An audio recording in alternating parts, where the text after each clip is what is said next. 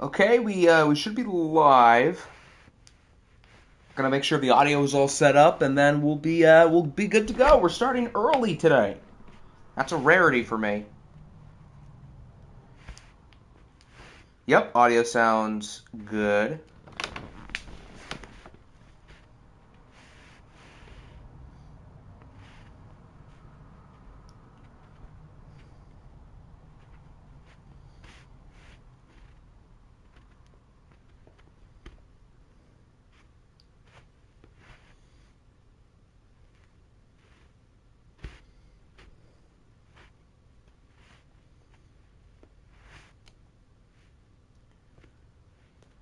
All right, we're almost ready here, and then we're gonna kick off the Week 18 Extravaganza. The final week of the regular season. All of the depth chart changes are fully updated, so good old Jordan Stout is playing quarterback. So before we get started, we're going to briefly go through the standings for anyone who needs a reminder, as well as the playoff picture, and then we're going to start our first batch of simcasting games. We're going to start by simcasting the games that are not overly important. So the AFC North, this might be the most straightforward division here. The Shamrocks are in, and nobody else would join them. Dublin is playing for seeding. These teams are playing for draft position. If the Ravens lose to the Beats today, then the Ravens get the number one pick. The Wizards and Tigers are competing for the AFC South, although Orlando beat them twice, so I don't know why they haven't given the Wizards the division yet. But this is exactly what happened in the Eagles series, and we got screwed over by the tiebreaker back in Season 3. So the Wizards should win the division, but Madden's hating. The Jags and Bison are both long shots to get in, but they do have a shot. The Dolphins are in with a win in the AFC East. The Jets are in as a wild card as well. New England is out. They have fallen off the face of the earth. The Diablos have clinched the West with a win. They clinched the number one seed. The Chiefs, with a win, they are in. The Pioneers need a win. And Denver's pretty much out. NFC North, Lions play the Vikings. Winner wins the division. Pretty simple. I'm terrified. The Huskies do have a shot at the number one pick. They would need to lose and have Baltimore win. NFC South, Atlanta has clinched the division. They are playing for the number one seed. And the Bucks, with a win, clinch a wild card spot. In the NFC East, the Bats play the Giants. The winner probably wins the division. Washington again has collapsed off the face of the earth. The Black Knights are in full tank mode. The Rams, if they win or Seattle loses, they clinch the division. The Rams are already in the playoffs. Seattle is in with a win. Arizona also has a slight shot. They need to win and a few other things to happen. Have to leave for work in 45 minutes. Ruh-roh. Time to go 9-8 but still miss the playoffs. I mean, Dwayne Haskins is good in Madden Sim. I don't know if it's a guarantee that you guys win. What is my offer for good old Big Joe? We'll see how Malik Willis does today and go from there. How about that? All right, which games are totally unimportant for both sides? Are there any? All of these games, there's at least one team who is still alive. Okay. Then how about we figure out the games with one team? We'll start with the Bears and the Chiefs. The Bears are out. The Chiefs are in with a win. That's pretty straightforward. I guess the Ravens beats, but that game's important for draft pick purposes. For all the Simcast games, we're just going to use the home team, and we're not going to spend a whole lot of time with the uniforms. Actually, hold on. Let me double check the playoff picture just to make sure everything I said in the standings is right. I'm also here to advertise for Survivor Server, so please join. I agree. Okay, so this is how everything stands. Yeah, pretty much everything I said was right. Can we do Cleveland, Arizona next? Since you have to leave, I suppose that's fair. Yeah. Can I change the coach? I don't want to change the coach names around because I want to keep like all of the wins and losses data saved. I can't do that if I change the coach name. So you can go by whatever coach you want in the Discord server, but in the game, I'm just trying to keep all the coaches the same.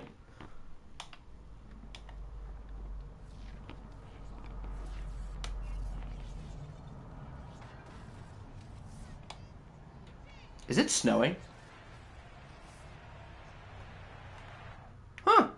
That's fun. This is like the Bears element. They should win this game. I will buy a Bears jersey if they win. Well, they're not winning.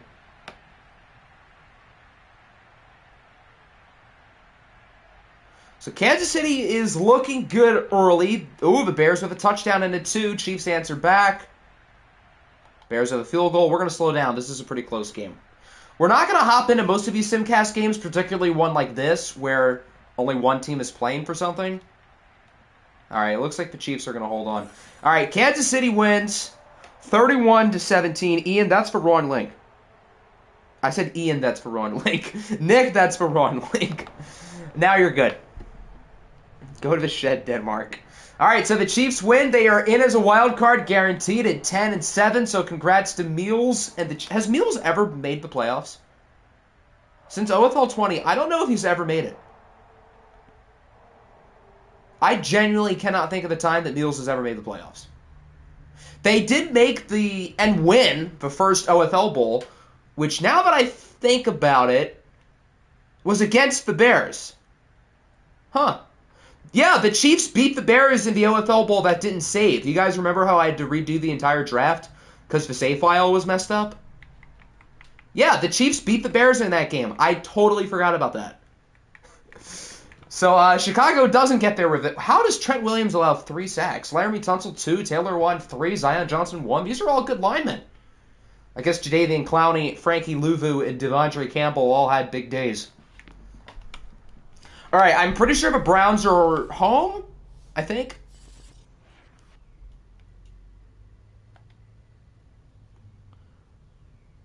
F the Royals.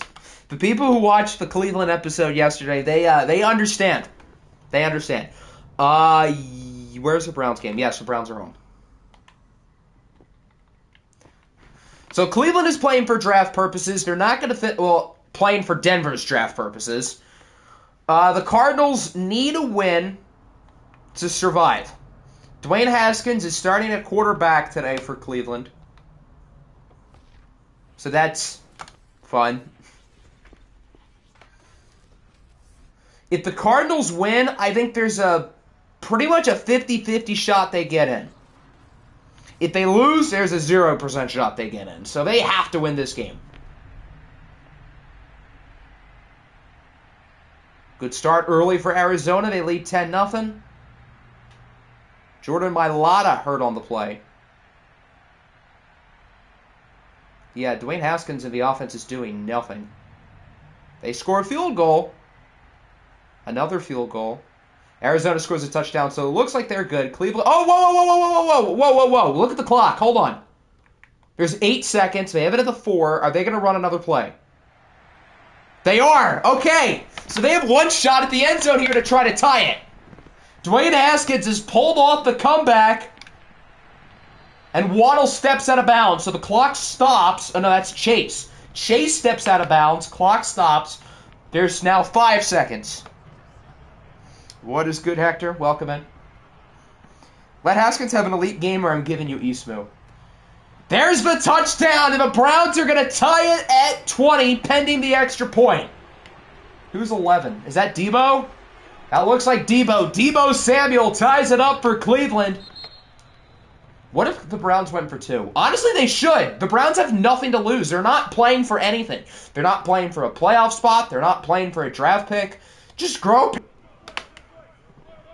All right, so it looks like this game is going into overtime. Obviously, again, pending the kick from Big Nuts Lutz. He got it. So we are tied at 20. I kind of want to see the Cardinals get in, so I'm rooting for them. But if we lose against Detroit, then we'll have the same record as Arizona. So it would probably help us if Cleveland won. If we end up beating Detroit, then this result's not going to matter.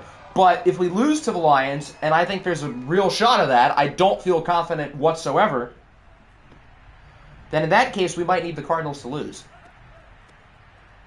So I want Arizona to make it, but I also want us to make it more. At the end of the day, we know Hector beats both teams, I'm sure. All right, we're going to overtime. Since it is overtime, we might as well watch. Why is your internet sucking? This is literally the worst time. Tails never fails. Arizona picked heads. Why? Okay, now I'm definitely rooting for the Browns. Tails never fails. Why would the Cardinals pick heads? So we'll see if Dwayne Haskins can lead his team down the field for victory. I think if the Cardinals, if this game ends up as a tie, I think Arizona's out. So a tie is no good for the Cardinals. They need to win. A tie does them nothing. A tie is a loss, pretty much. Because I'm pretty sure the 7th seed in the NFC has 9 wins. Heads won. Watch the last. Yeah, but tails never fails like 80% of the time. So. Yeah, what if Jeremiah Owusu-Koramoah has 5 picks today after getting 4 last week?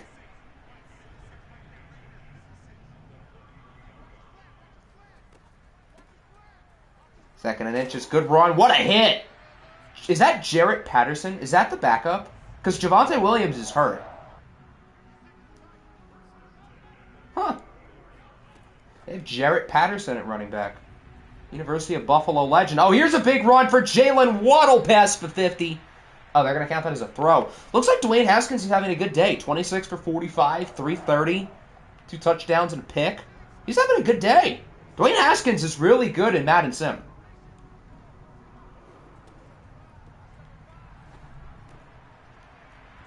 Another first down. I think that's Tommy Tremble with it down the field. And Tremble's going to take the Cardinals' playoff hopes into the end zone to walk it off. The Browns win it in overtime. Arizona doesn't even get the ball. And with that, the Cardinals are out. What a play by Tommy Tremble to outrun the entire defense. So Cleveland wins it 26-20. A great end of the year for the Browns. For the Cardinals, not so much. They are not back to the play.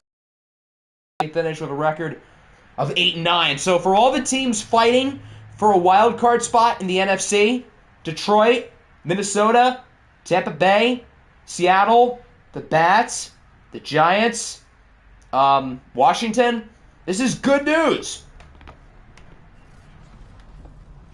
Tommy Tremble is currently public enemy number 1 for the Cardinals.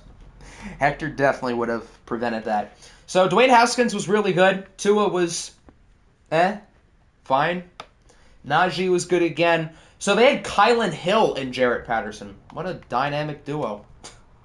Ja'Marr Chase had a really good game. Whoa, 7 for 138 and a touchdown for Tommy Tremble. DeAndre Hopkins played well. So did Deebo Samuel. Solid days for the Alabama boys, Jalen Waddle and Devontae Smith. Reuben Foster, 15 tackles, 2 sacks for Van Noy, 1.5 for Reuben Foster. Ev in the chat for Dwayne Haskins. Good to see him get the win. Arizona's most wanted, Luka, Giannis, and Tommy Tremble.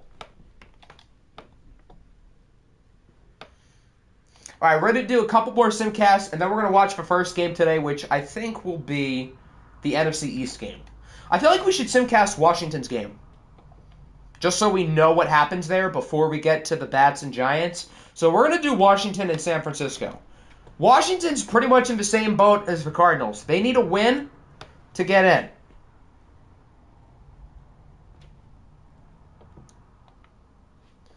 Just to confirm, the 7th seed is Seattle. They have 9 wins. So Arizona's officially out. Ravens beats I almost want to save closer to the end, because that is an important game. If the Ravens lose, they get Dan. That's kind of a big deal. Assuming that's who the Ravens would pick, which, I mean, come on, it's kind of obvious. If you thought Washington's choke last year was bad, they said hold my beer and did it again. But they could still make the playoffs with a win today. And a number of things go their way. The Niners are red hot, though. San Francisco's playing some good football as of recent. It's just a little too late for them to make the playoffs, but Washington's looking good early. They're up by 14. Niners answer with a touchdown. Washington answers right back. Both offenses are playing quite well. Looks like Washington has it in the bag, and the football team wins it 31-17. So the NFC East race is about to get even weirder.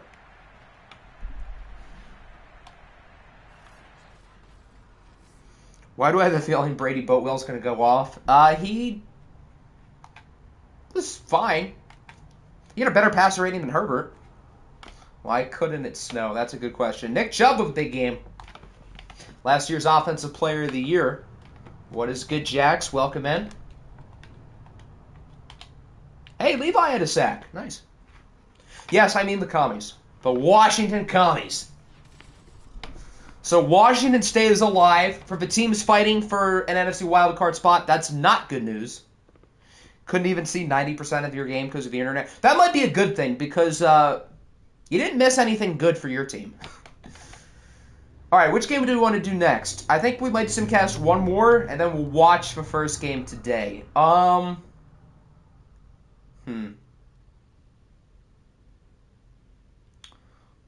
about...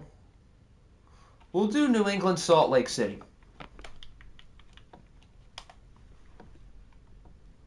We'll rip the Band-Aid off for Giddy and get the Pioneer game over with, and then we're going to watch the Bats and the Giants, our first watch game today.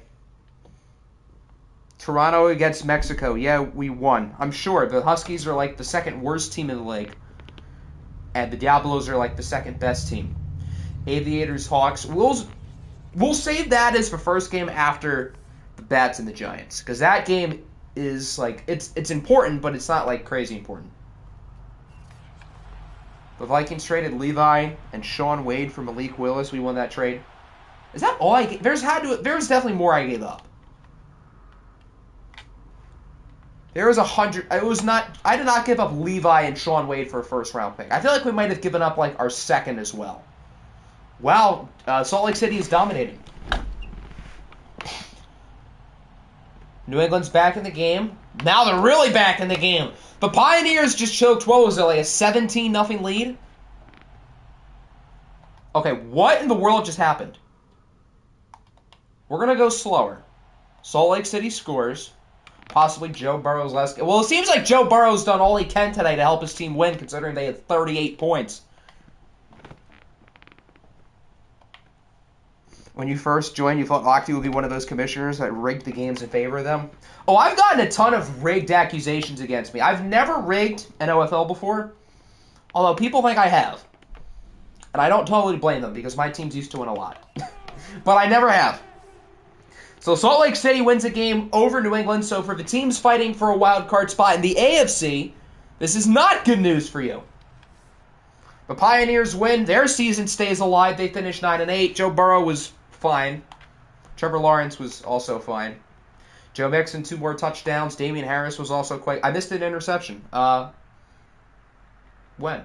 Oh, the Salt Lake City interception right at the end of the game to finish it. It was going kind of fast, so I couldn't tell. Will Harris caught a pick. Huh. He did something good. Vikings 1-4. This is rigged. How did they win a game? All right, so now we're going to do the Bats and the Giants. It's technically the NFC East Championship, but not really. Siri, give me a whole number between 1 and 2. 1, that's the Bats. Eastmoo isn't here, so we can pick out their jerseys.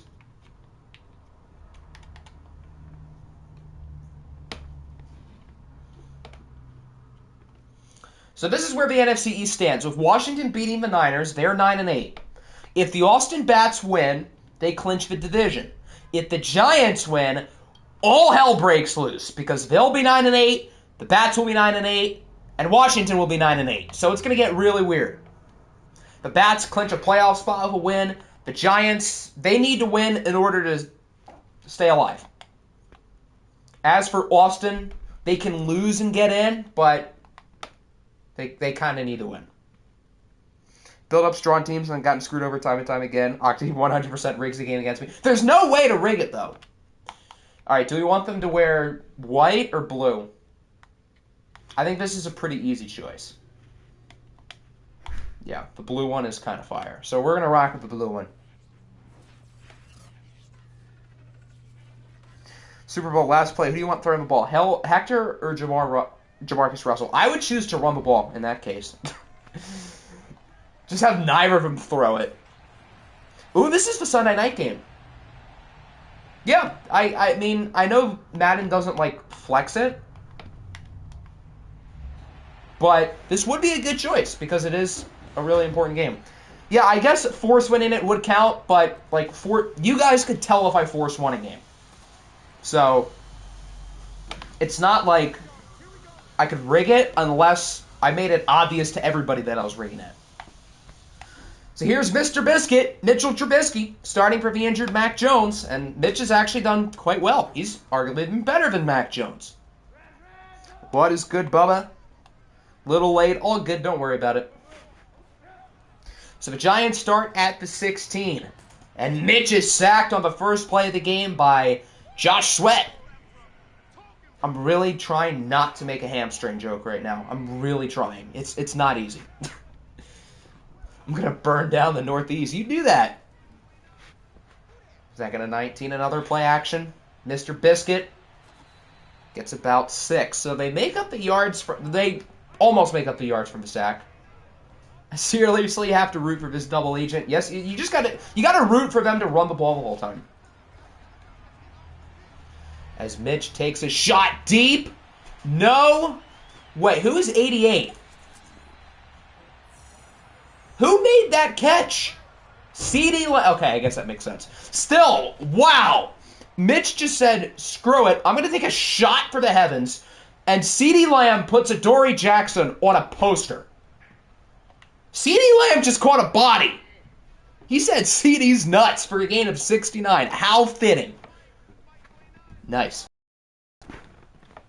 So that just happened.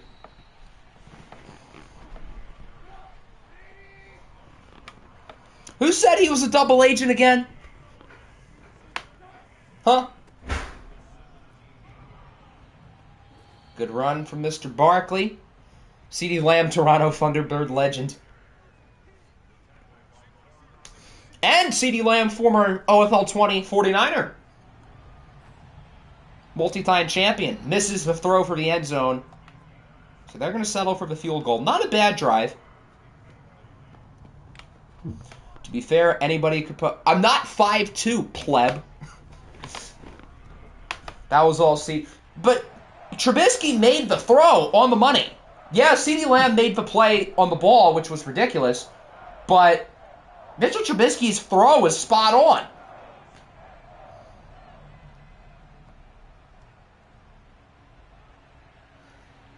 Could you make Josh Sweat injuries 0? I don't think anybody would notice.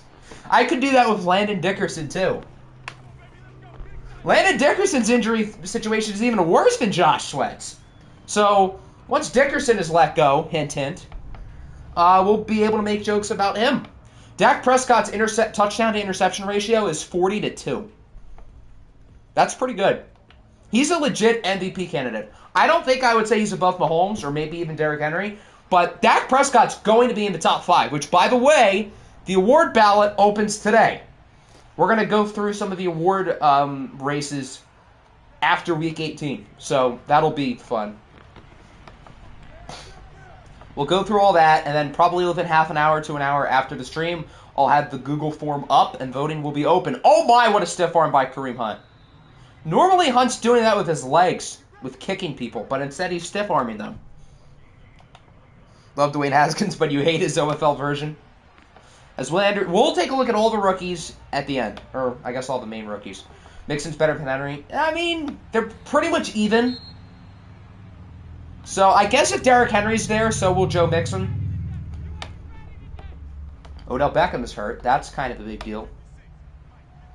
Kareem Hunt better than Justin Tucker. You know ball. Rare Hector W. Good throw by Dak. What white receiver do they have? Oh, they have Renfro, don't they? Yeah, they traded Drake London for Hunter Renfro. Was that the same deal? I think so. Mixing more touchdowns and rushing yards, but he's done that on way more volume, too. His yards per carry is quite a bit lower than Henry's, which I think is kind of a big deal. Brandon Linder is hurt, as it's a loss of 7 on the sack by the Giants.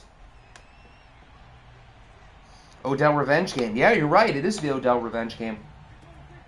The bats were originally the Cowboys. Imagine Odell in a Cowboys jersey. I don't even want to think about that.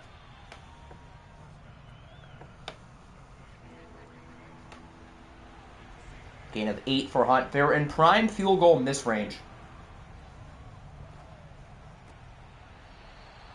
Okay, now from 51 yards out, this is like right on the border of field goal miss range.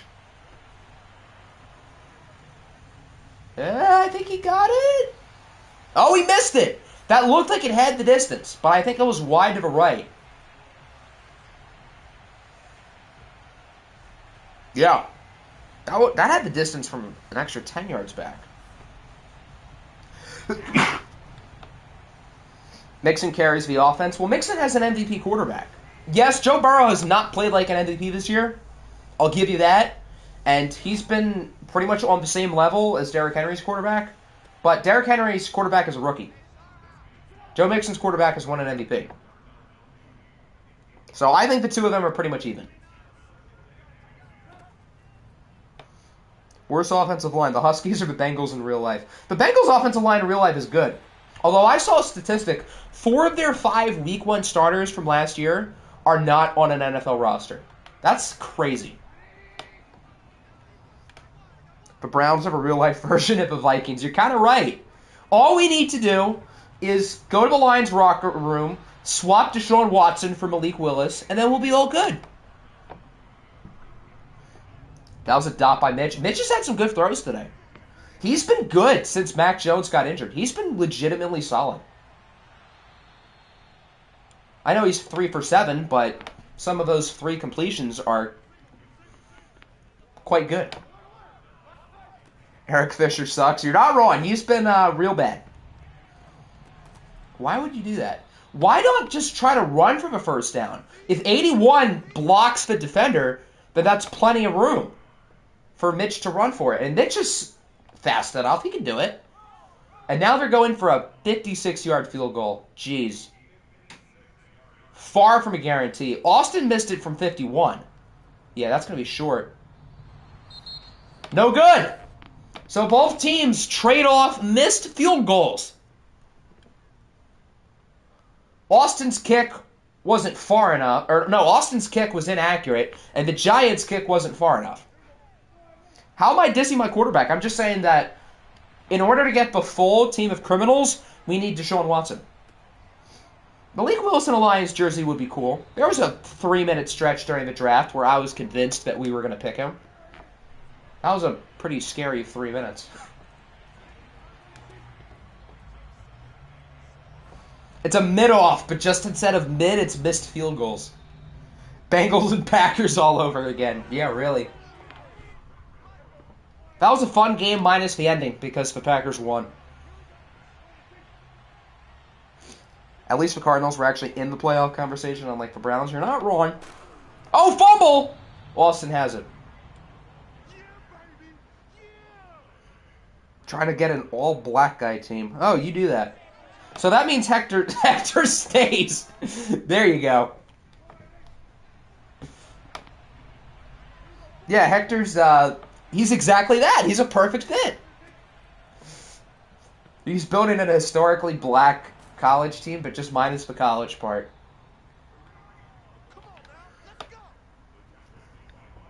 Terry McLaurin isn't a criminal. Yeah, but Terry McLaurin's also too good to trade. We need some guys in our locker room who aren't insane, just so we can have like a couple of leaders, like your Malik Willis's and your Terry McLaurin's. We need a couple sane players on our team. Otherwise, we wouldn't win a game.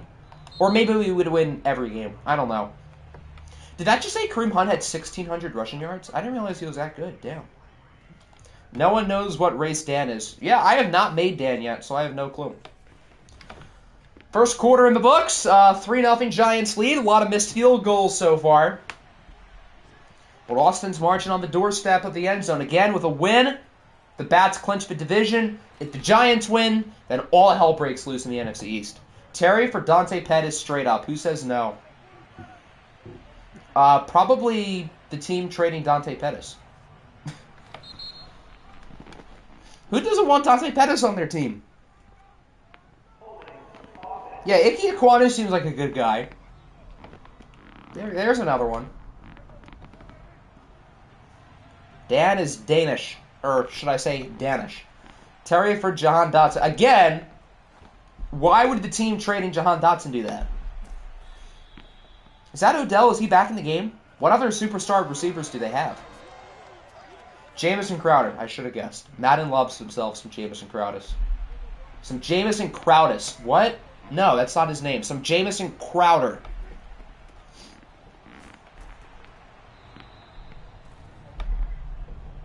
Hockey needs George Karlaftis so his Orthodox faith can lead the criminal Vikings into a bunch of angels.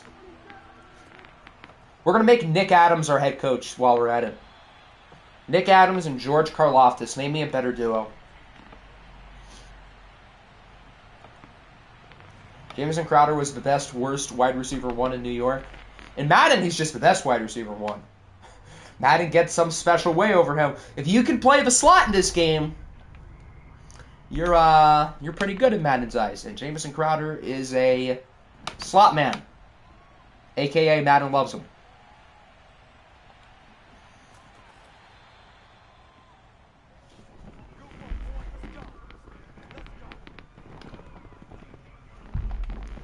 So both teams have made a field goal today. Both teams have missed a field goal today. Seems like the first half of like every game all year has been all about field goals. And then in the second half, both offenses just explode. I don't know why that is, but oh well. Mitch under pressure. He's sacked. Josh Sweat with another one. Again, really trying not to make a hamstring joke here. Nick Adams will turn the liberal and woke Vikings into a bunch of Patriots. I have a feeling Nick would get on with Henry Ruggs. I don't know why. Just a feeling.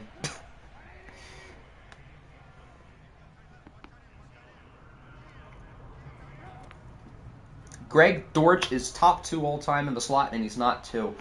Is Greg Dortch even in this league? Oh, now Mitch chooses to run it when he's well short of the first down marker. Is this our first punt all day? I'm pretty sure this is the first punt of the game. It's only been field goal attempts. Nobody scored a touchdown. No one's punted it until now.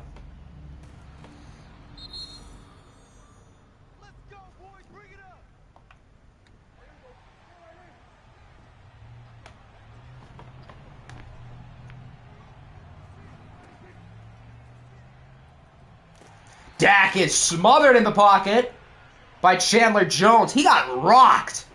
Dak had no clue he was coming. That's a hit. Did you know that Henry Ruggs has a higher kill-to-death ratio than Demaryius Thomas? That is definitely true. That joke is 100% effed up, but you're not wrong. Nick Adams is a Greg Dortch enthusiast. Yeah, if Greg Dortch is white, which I couldn't tell you. 3rd and 18 after another sack. What's Dak got up his sleeve? He's going to chuck it off his back foot. Deep down the field. Broken up. That was a spot-on throw. But one bad side about being a slot receiver is that you're short. Jamison Crowder couldn't jump up and make that catch.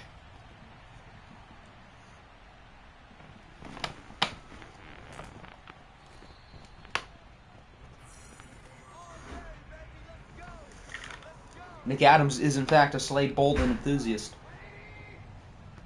But how could Nick root for Slade Bolden on the Ravens? Because I doubt he likes Lamar Jackson. He probably enjoys the Lamar as a running back joke.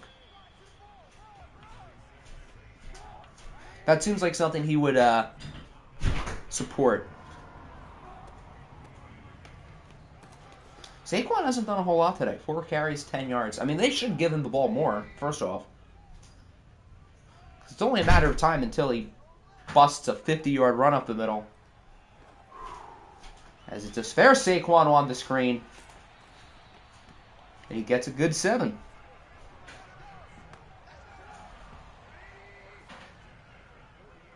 Only 2.5 minutes left in the first half. Time is ticking. As Mitch is going to be... Both of these quarterbacks are obsessed with getting sacked today. I don't know why. B.J. Hill with his 8th of the year. That's a lot of sacks for B.J. Hill. Okay. And that brings us to the 2-minute warning.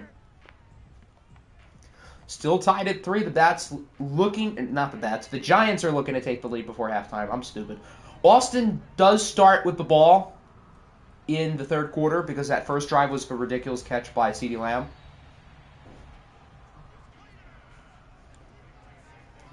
Giants looking to move quick. 3rd and 9. Mr. Biscuit. Of course he throws a check down, and it almost worked. Saquon almost outran the defender. Why is Austin not calling a timeout? Is it because they're going to... Why are they kicking? The Giants missed one from, like, 56. So they say, you know what? Let's go for a 61. Oh, my Lord, that's not even close. He could have been 20 yards closer and still missed it. Why are these teams kicking? What a horrible play call. What a horrible call. The Giants don't deserve to win this game. That's a terrible decision. Muggsy Bogues versus Octi in a post-up. Who wins? Probably Muggsy Bogues because he played in the NBA for 10 years, although he's also old at this point. Yeah, no, I would probably win. Anyone remember Tamari McCall? Didn't he win like the OCAA Heisman or something? And then he just dipped and was never to be heard from again?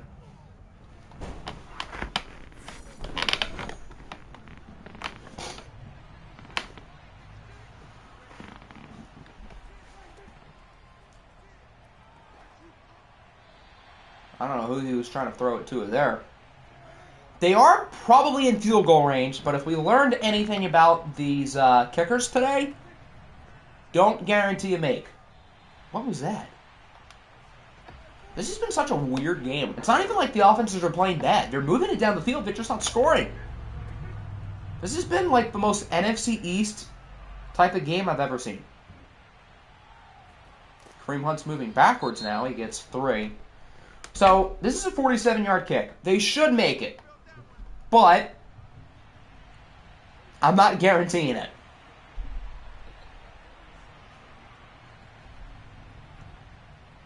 Oh, he might... I think he got it. Oh, it doinked! No way! That was a 47-yard kick, and he still missed it. Doink. These kickers suck. They are awful. Can we just not kick the rest of the game?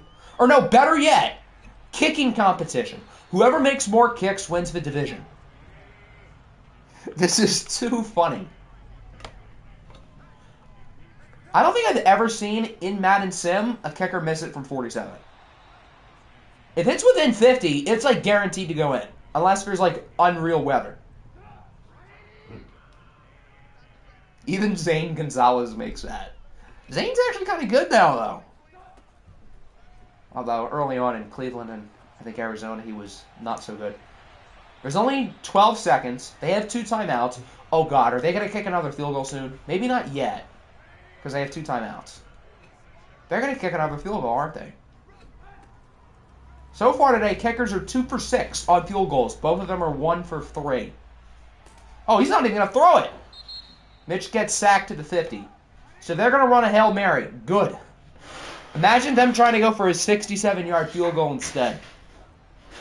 All right, so Mitch is going to heave it up for the end zone. And it has enough distance. Did he catch it? Oh, I thought he caught it for a second. That would have been wild. All right, so the first half is over. This game is tied at 3. We have almost as many points today as we have missed kicks. So the Bats open up the second half of the ball, again, with a win. Boston clinches the division with a Giants win. Things get weird. We like weird around here. What should the Cardinals do now? Trade me your first. Good answer.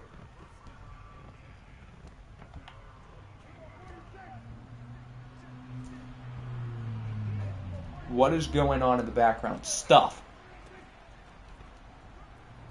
Abolish the franchise. Good answer.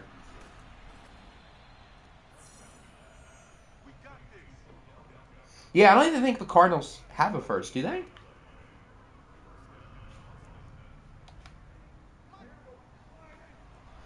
Yeah, because didn't the Cardinals try to get their first round pick back for Devontae Smith, and since he was hurt, the trade didn't happen?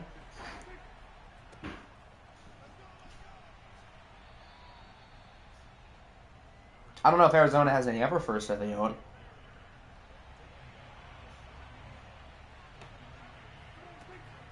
Is that stuff involving the familium? Never heard that with an M. Your answer would be maybe. Are you ready for the Survivor draft tonight? Shameless plug. What are they challenging? Hold on. I was not looking at the screen. Of course. Again, when I'm not looking at the screen, something happens. Oh, so they think he was out of bounds. He gained like 5 yards. Why are they challenging? What a waste. The New York Giants are trying to lose. There's no way they're trying to win. With some of these missed kicks and now this, even if the play is reversed, which it's not, why would you challenge a gain of 5? That was Odell. Odell Beckham is back in the game. Survivor draft better than the NFL draft, totally. We gotta have a Survivor mock draft. That sounds like a good idea. Now that I say that, I kind of want to do that. That'd be fun.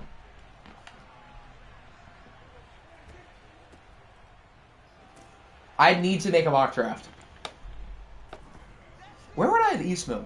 Because I feel like Eastmoon's going to get picked higher than... I feel like one of the 3 of them is going to say F it. I'm just going to pick Eastmoon, just because. I don't think he's going to go last. And Eastmoon had some value on our team last time. He wasn't totally useless.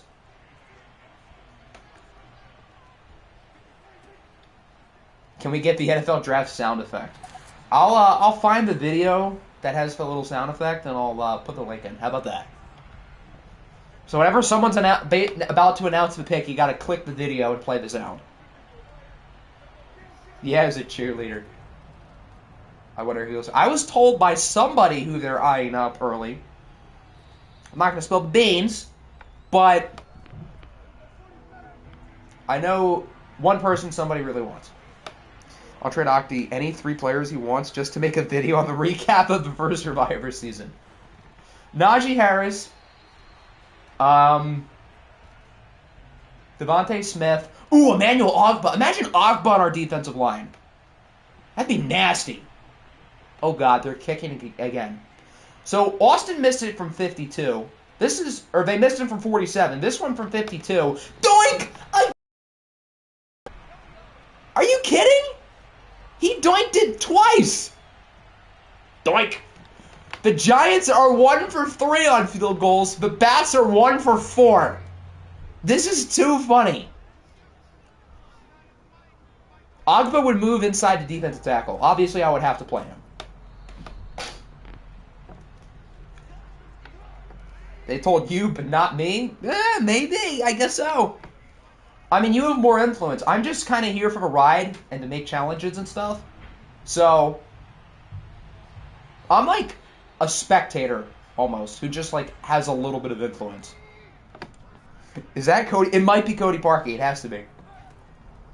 I'll trade you those 3 players for a 5-minute recap. Oh, so I have to talk about how I got completely played like a fiddle at the end.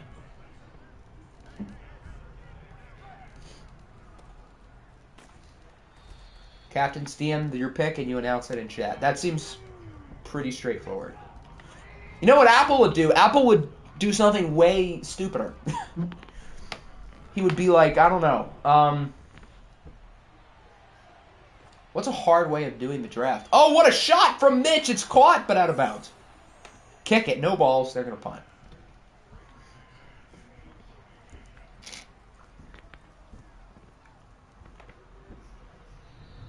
I hope this game ends 3-3.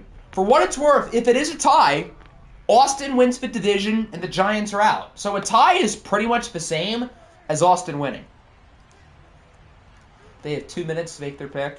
I think that's fair. Send these kickers to the Shanghai Sharks. Yeah, really. They have to play in China. China. Have a magic 8-ball. There you go. Although randomly doing it isn't that bad. We thought about just having like a wheel choose it, just to make it totally random, which is, I think, kind of what Apple did last year. I don't think that's a bad way of doing it. Because it totally makes it as fair as possible. So when will the video come? I don't know. You'll have to see. Have to go. Thanks for coming in, Daniel. Hector having some rare W's today. Yeah, normally Hector doesn't take W's. Remember how good Hector Estrada... Wasn't he like a safety? I think he got picked by the Dolphins, I think. It was one of the Florida teams. I think it was the Dolphins. Best safety in OFL history. I don't think so. OFL 20, Harrison Smith. Yeah, he was that dude. Dak with another shot downfield. Nope. Can we get a Survivor YouTube ran by the director of each season? That'd be kind of fun.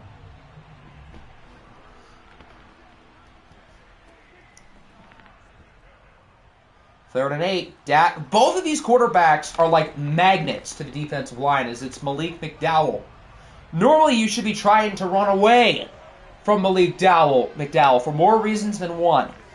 Which, by the way, Naruto, if you see this, I need Malik McDowell on my team because he fits the culture. He fits our beautiful, well-loving culture of respecting children.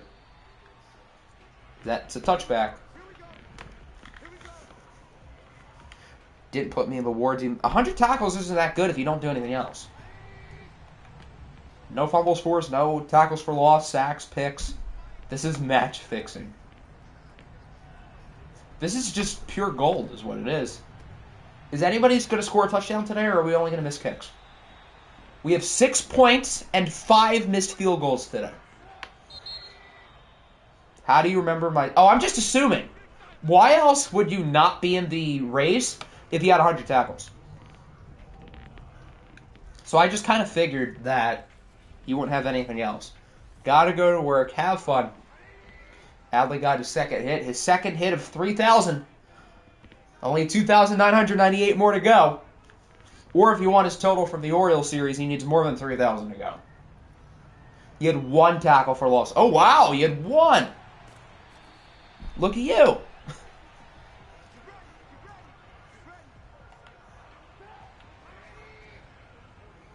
The Giants are starting to move it, probably only to miss another kick.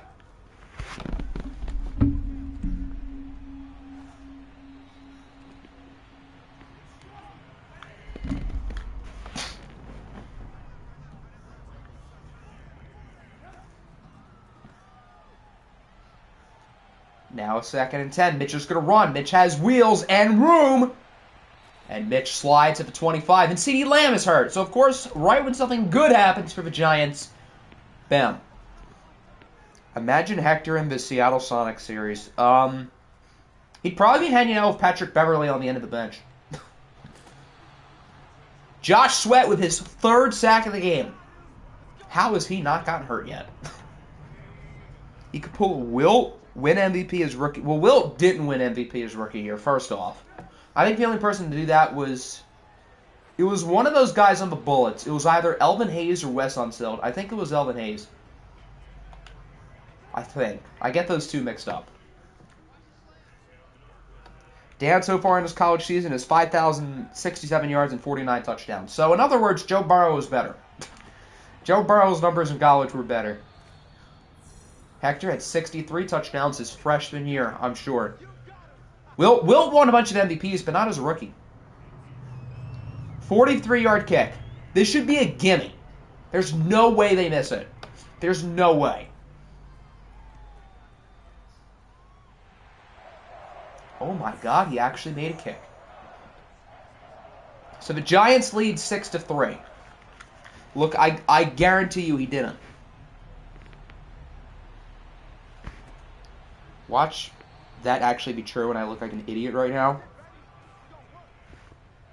Alright, let's see. He made his debut in 1959. He won it in 1960. Huh. I'll be damned. Oh, it's because it wasn't his first year as a pro. That's probably why they don't count it. Because he played for the Harlem Globetrotters. That makes a little more sense. So that's why nobody recognizes that. Well, I was wrong. There you go.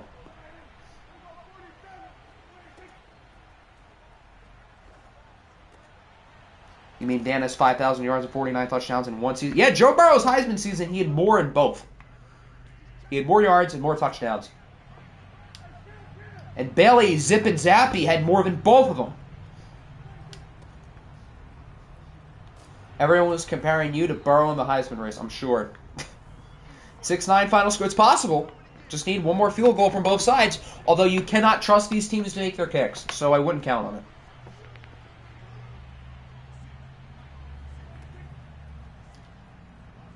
This season is not... Well, if we're in week 18, this is like January. And the college season's pretty much done at this point.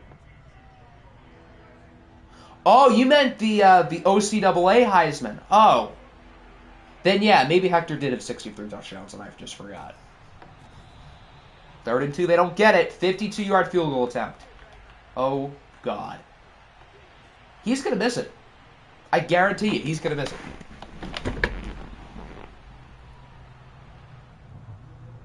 Oh, he made it! Huh. All right, so now we're tied at 6. That kick barely went in, but it did. Why did Hector fall to the second round then? Because he's a fraud.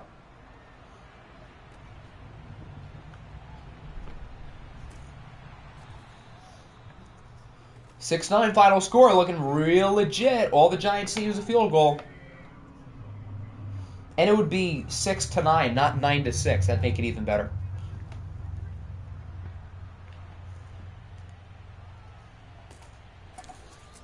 Why would they show a next-gen stat on a gain of 2?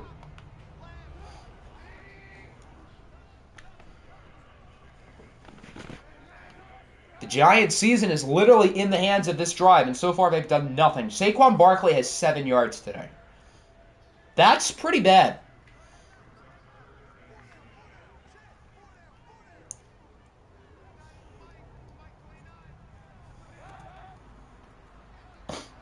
Third and 10.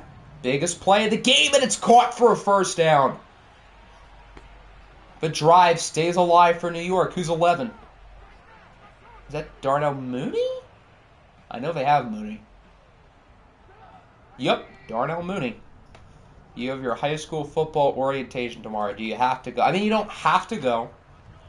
You'll survive if you don't. It's just that you might not survive on the football field if you don't.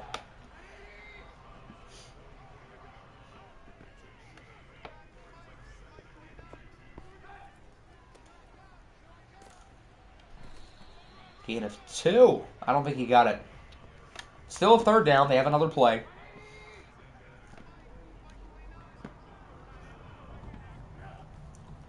Mitch drops back to throw it under pressure. Oh, he should just run for this. I'm 5'4". Of course I'll survive. So Mitch gets 8. That'll bring us to the 2-minute warning. 6-6. A lot of field goal attempts. A lot of field goal misses. No touchdowns. Can the Giants change that to keep their season alive?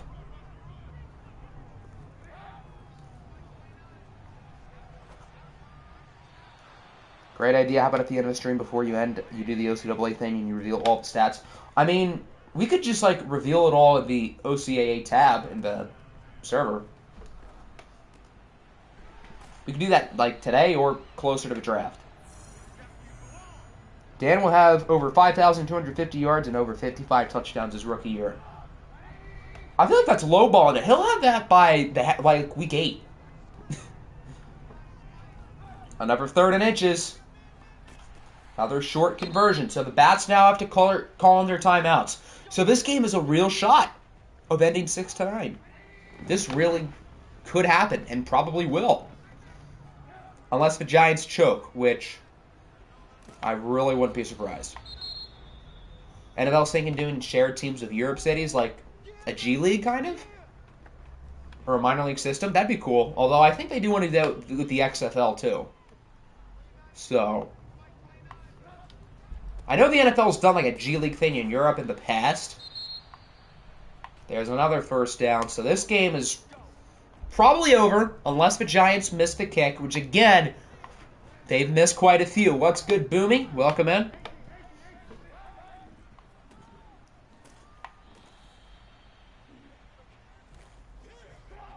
Like the London Lions owned by the Detroit Lions. The London Lions kind of has a ring to it. That flows off the tongue well.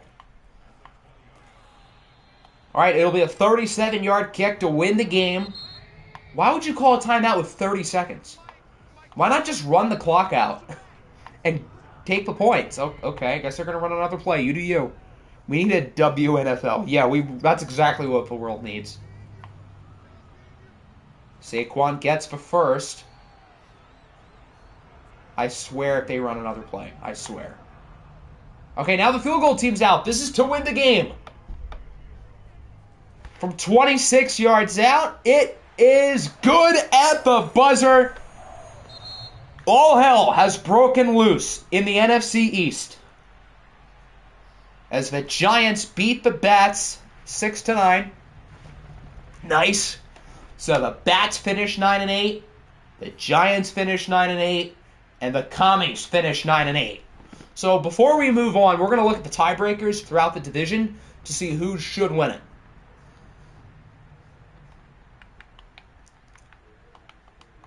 A lot of defense today. 3 sacks for Sweat, 2 for Wilkins, 1.5 for Jones and McDowell. This was a defensive game. Both defenses played well. Oh, hold on. How could I forget the most important set of stats? This masterpiece. Tucker McCann, 3 for 5, including the game winner. The Bats have Joey Sly. That explains so much. So that's why they missed the kick from 47. It all makes sense now.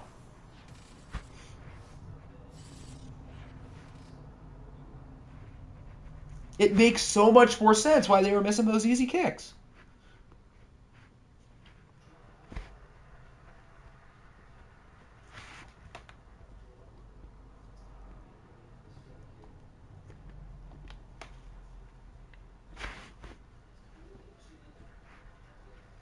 All right, before we look at the tiebreakers, there's one quick thing I have to do in the server. All right, now we're good. So we're going to look through the Bats, Washington, and the Giants to see what happens. So the Bats split with Washington, and they got swept by the Giants. As for Washington and the Giants, win. So Washington has the tiebreaker over the Giants, who had the tiebreaker over the Bats. So that means the order should be Washington 1, the Giants 2, and the Bats 3. That's how it should end up being. So this means Washington should win the division. That probably knocks the Bats, who started today as a 3 seed, out of the playoffs. Because the Giants are going to be ahead of them. If Madden gets the tiebreakers right, which is a lot easier said than done. All right, which game are we going to do next? I think we're going to do Columbus and Seattle. Now we start to get to some of the games that matter a little bit more. What do I think Dan's stats will be as a rookie? With Madden, you never really know. With quarterbacks, they can be hit or miss. So even if Dan has a super high rating, his numbers might not be great, or they may be really good. I think we will do the Ravens beats before we get to the second watch game. Or maybe we save that for the end. The Dan sweepstakes are kind of the big deal. These Columbus road jerseys are horrible. Black helmets, white jerseys, with light blue pants. That is a bad look. If the Seahawks lose, the Rams clinch the division. So far, that is the case. Columbus's offense is playing really well. They lead by 2 scores. Yeah, this game's over. So, for all the teams fighting for an NFC wildcard spot, this is good news. The defending champion Seahawks lose. And since Seattle started today as the 7th seed, I'm not too confident they get in. The Seahawks were dominant the first half of the year, and they laid an egg to finish the year. Carson Strong, 3 touchdowns. Kyler Murray, 3 picks. So for all those teams in the NFC East, along with the Bucs, the Vikings, the Lions, this is good.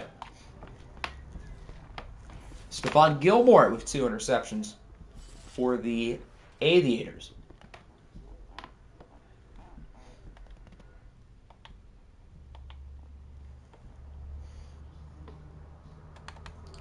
All right, next we're going to do... We're going to do the Broncos and the Jets. If the Jets win, they should be in. If they lose, they should be out. Denver is, I think, like 99.99999% eliminated.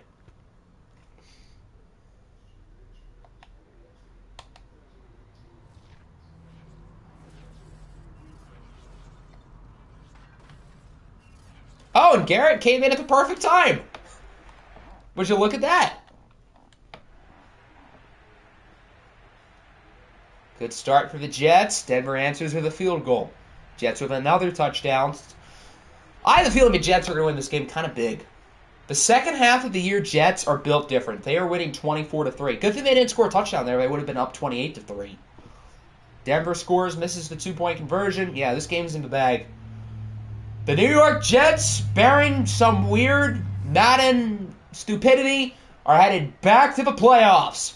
After starting the year as one of the worst teams in the league, just like last year, the Jets again rebound, shock the world, and are probably going to be in. And if the Dolphins lose, which I think we're going to do their game next, maybe the Jets are going to win this division.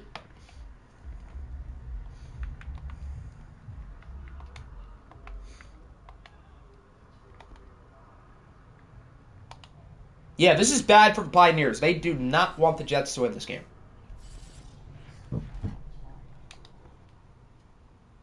I don't know if Kansas City winning as well. Who's the 5 seed in the AFC? Do they have 9 wins? No, the 5 seed would be the Tigers, who have 10 wins. Yeah, so this is not good news for the Pioneers and everybody else who's fighting for a wild card spot. This is not good news for the Bison, not good news for the Jaguars. What is good, Crockett? We've not done your game yet, but you guys clinched the division because Seattle lost by a lot. All right, we're going to do London and Miami. Yeah, the Tigers are already in the playoffs. You guys are fighting for the division, which the tiebreakers suggest that you guys shouldn't win the division, but you still have a chance. But worst case, you guys are going to get the 5 seed, I think. We've not done the Bison game yet, so I don't know if you guys have won yet. For all the teams fighting for a wild card spot in the AFC, who is not in currently, like the Bison, the Jags, and the Pioneers, your hopes are riding on the London Black Knights right now. Because if the Dolphins lose, they fall to 9-7, and then things get a little bit weird. If the Jets win the division over Miami, they could fall out. Wow, that was quick. Dolphins answer back. I want to see London win for the chaos, although London's pretty bad, so I don't trust them, but they're looking good so far. Dolphins answer with a touchdown. London gets a safety and a field goal.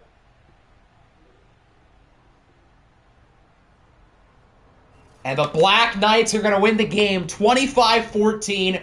So all hell will, in fact, break loose in the AFC. I think we're going to do the Jags and the Bisons game next. They don't play against each other, so we'll do those 2 games.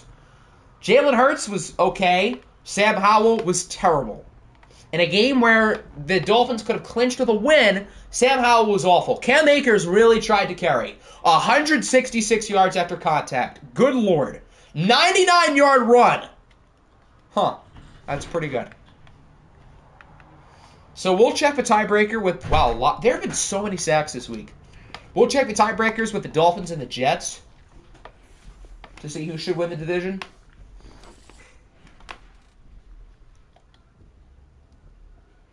What are Giddy Dunbar's stats? We're going to do a lot of stat stuff at the end.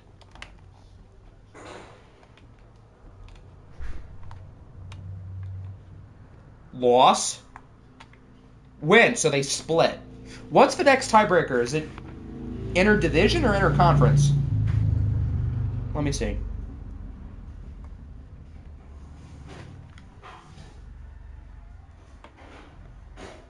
Best win-loss within the division. Loss. The Beats is the other one. Where are the Beats? Loss, win. So the Dolphins go 2-4 in their division. The Jets win, Win. Where's the other Beats game? Win. So the Jets went 5-1. So that means if Madden gets fair tiebreakers right, the Jets should win the division over the Dolphins. From there, Miami could be bounced out of the playoffs with the Pioneers winning. We'll see what happens with OKC and Jacksonville. We're going to start with the Bison. They play Carolina.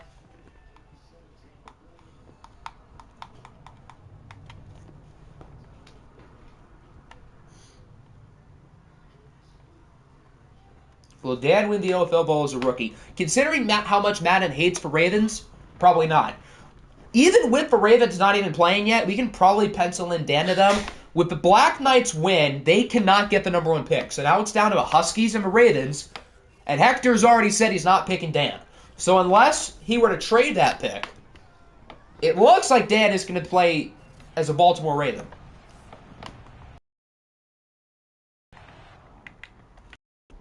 Yeah, Yanya's on the Jaguars. No, Yanya's on the Panthers and Stroud is on the Jags. So for all the teams looking for an AFC playoff spot, you are Carolina Panthers fans today. Close game so far. Bison add on with a touchdown. For chaos, I kind of want to see OKC win. Okay, we're going to go a little bit slower because it's kind of close. Stout is quarter. We've seen punters win games at quarterback in the OFL before. I would not put it past Baltimore to end up winning this game. 3rd and 10, they get 15. So that's the dagger. The Bison win it, 28-24. So we've got quite the race for the number 7 seed in the AFC. Assuming the Jets do end up winning the division over the Dolphins, and Madden gets that right, we've got a 3-way tie at 7 between the Pioneers, the Bison, and the Dolphins. And maybe the Jaguars if they win. Which we're going to do them next. Alvin Kamara balled out, 144 yards and 2 touchdowns. 4 sacks allowed by Tevin Jenkins. Yikes. Big game for Max Crosby.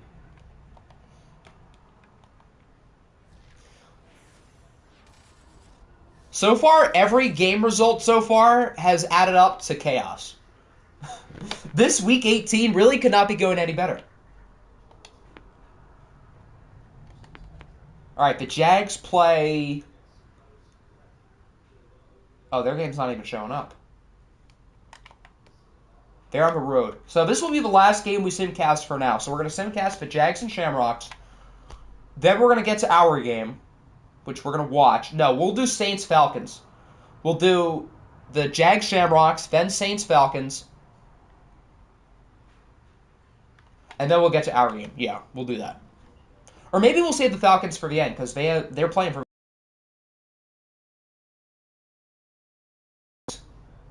And then we'll watch our game, and then we'll simcast for rest. How about that?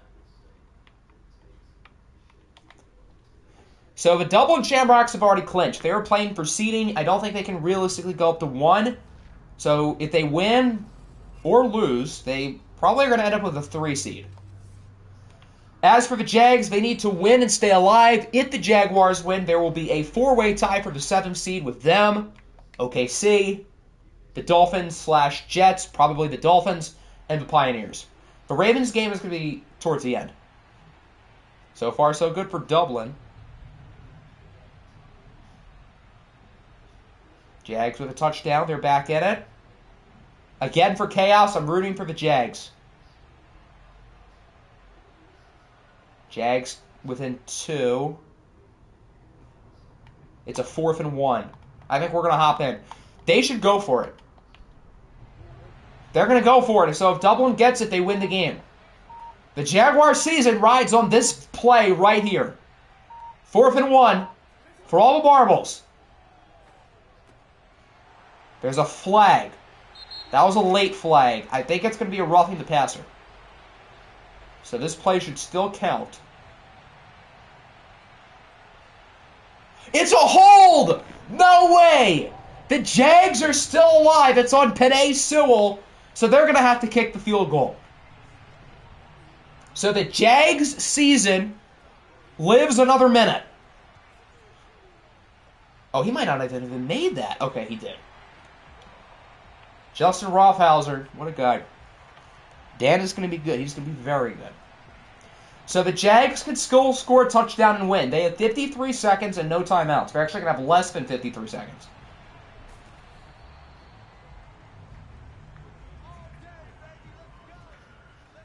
This game does not affect the Tigers, Jack, so you don't have to stress. The Tigers are going to have a better record than Jacksonville. Actually, maybe it does for seeding. If the Tigers do win the division, they kind of could use a Dublin loss. So if anything, the Tigers probably should be rooting for the Jaguars.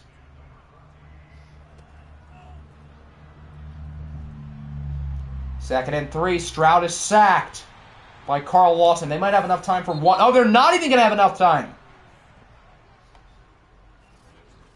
So the Shamrocks win it, and the Jaguars are eliminated. C.J. Stroud, not great. Lamar Jackson, 2 picks, but other than that, he was quite good. Derrick Henry was... Oh, did I say Derrick Henry's hurt? He is. So even if Jacksonville won, they wouldn't have their best player.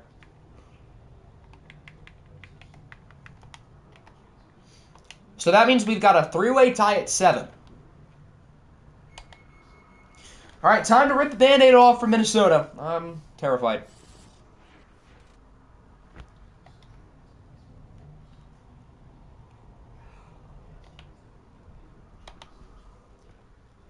Siri, give me a number between 1 and 2.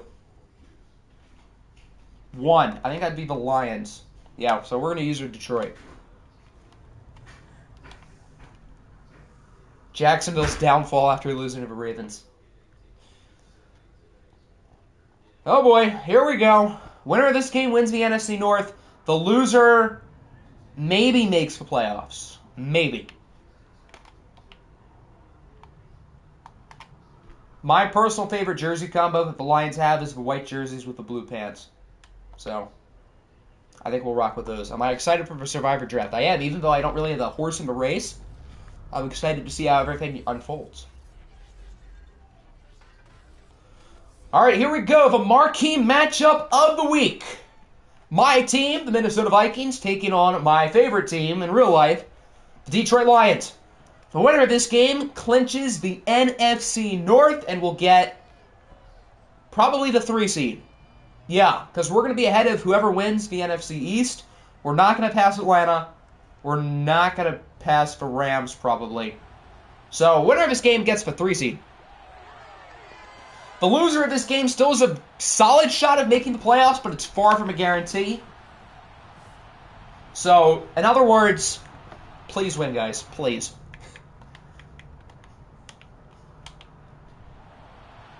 It's going to be hard to guess. Yeah, but that's kind of the fun of it. So, if I have time tonight, which I don't really know if I will, I probably will make a mock draft for the memes. So the Lions are going to start on offense. The team of criminals taking on their ultimate boss, Deshaun Watson, who's having a really strong season here in Detroit. The Lions have been more consistent throughout the year, whereas the Vikings have been more sporadic. Minnesota started off 1-4, and we've won 8 of our last 11. So we're playing better football than Detroit, but not if we're allowing plays like that. Gain of 27 on the first play of the game. Good start. Imagine if Deontay Johnson torches us. For those not in the main server, you may not know that I have a strong opinion on Deontay Johnson, and it's not a positive one.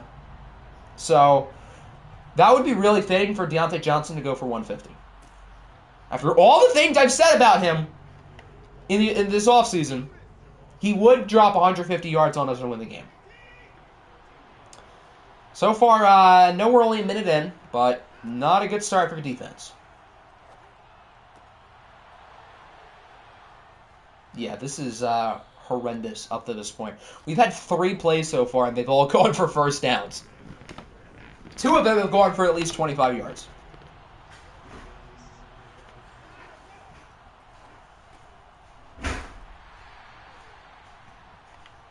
Quick gain of 2.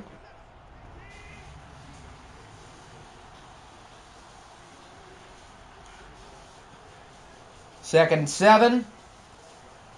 Another first down for Detroit. They bring it to the 3.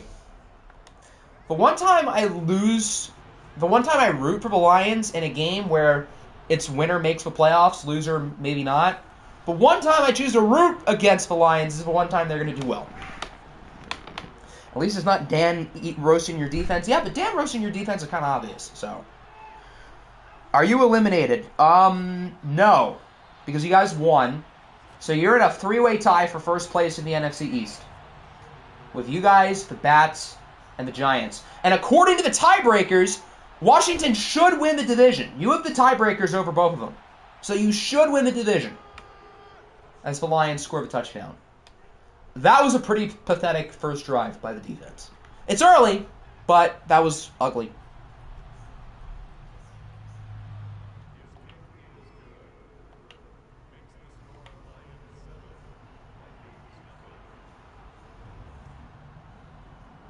Washington's going to be the first 0-17 team to win their division.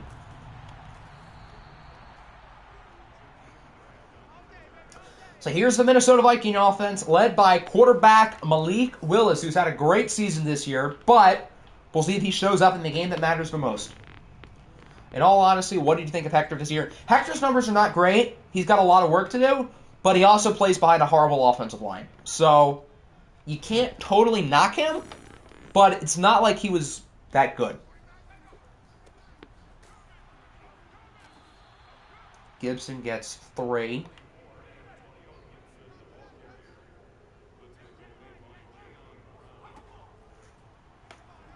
You practically own us. Our number one sponsor is Pioneer Airlines.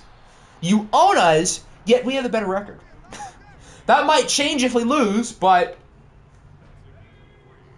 So you were right to trade that bum Hector. Yeah, pretty much. You were. That was probably a good decision by you guys. 3rd and 5. Risky throw, and it works. Henry Ruggs with the first down. And you got a franchise left tackle out of it, something that Hector definitely does not have. His franchise left tackle is probably the worst player in the OFL.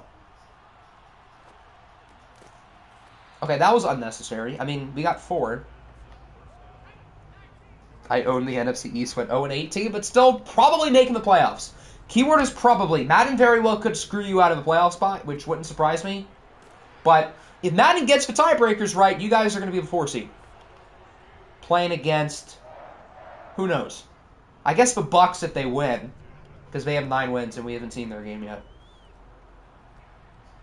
Who do they play? They played the Tigers, I think, yeah. Malik Willis just ran through a bunch of defenders for a whopping gain of 1.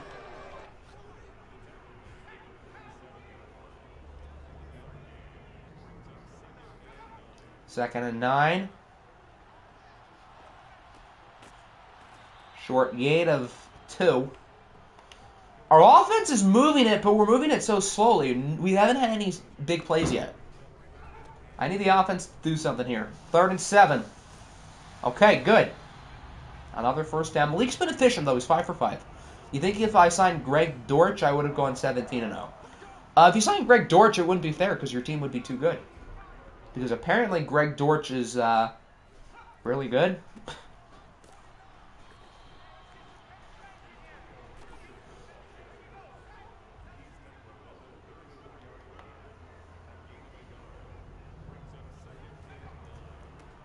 Do you believe in miracles? Yes, because we were 1-4 to start the year, and now we have a shot of ending up in playoffs. I'm not going to say a good shot because we're not playing well so far today, but we have a shot. 3rd and 8. Malik Willis is going to run with it. Oh, why do you have to slide there? He could have got that first down if he kept going. We're going forward on 4th and 2. Just please take the points. Don't go for it. Please. I do not trust our offense to get 2 yards in a goal line formation. Good. Thank you for changing the call. This is the right decision. Take the points. Don't get cute. As Jack Fox makes the kick. Okay. Not bad. We're down by 4. That drive could have gone a lot worse. It could have gone better, but it could have gone a lot worse. I'm not complaining.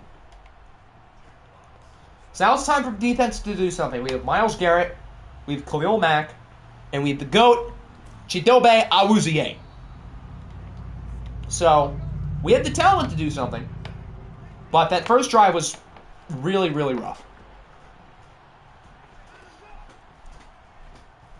Can the Cardinals make it? No. You guys Unless Madden is weird and chooses to put an 8-win team ahead of a 9-win team, you guys don't have a mathematical shot to get in.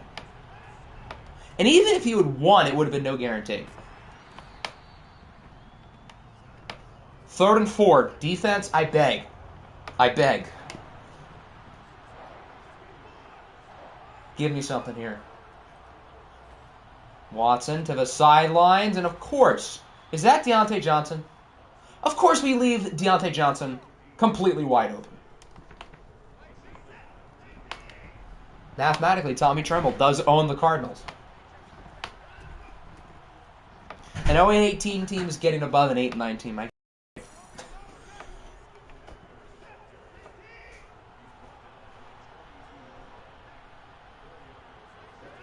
Second and 6. We're just choosing not to cover today. I don't know why are we choosing not to cover?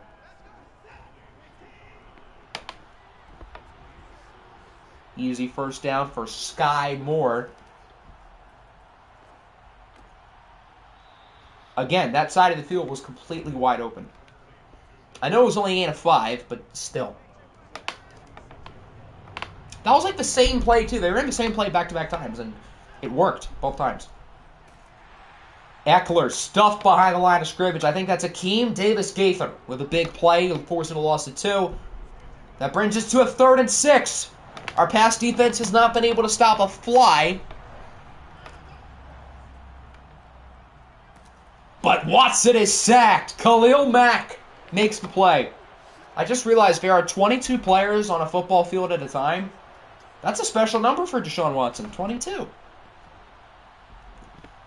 All right, so we get the stop. We force the punt. The defense did something.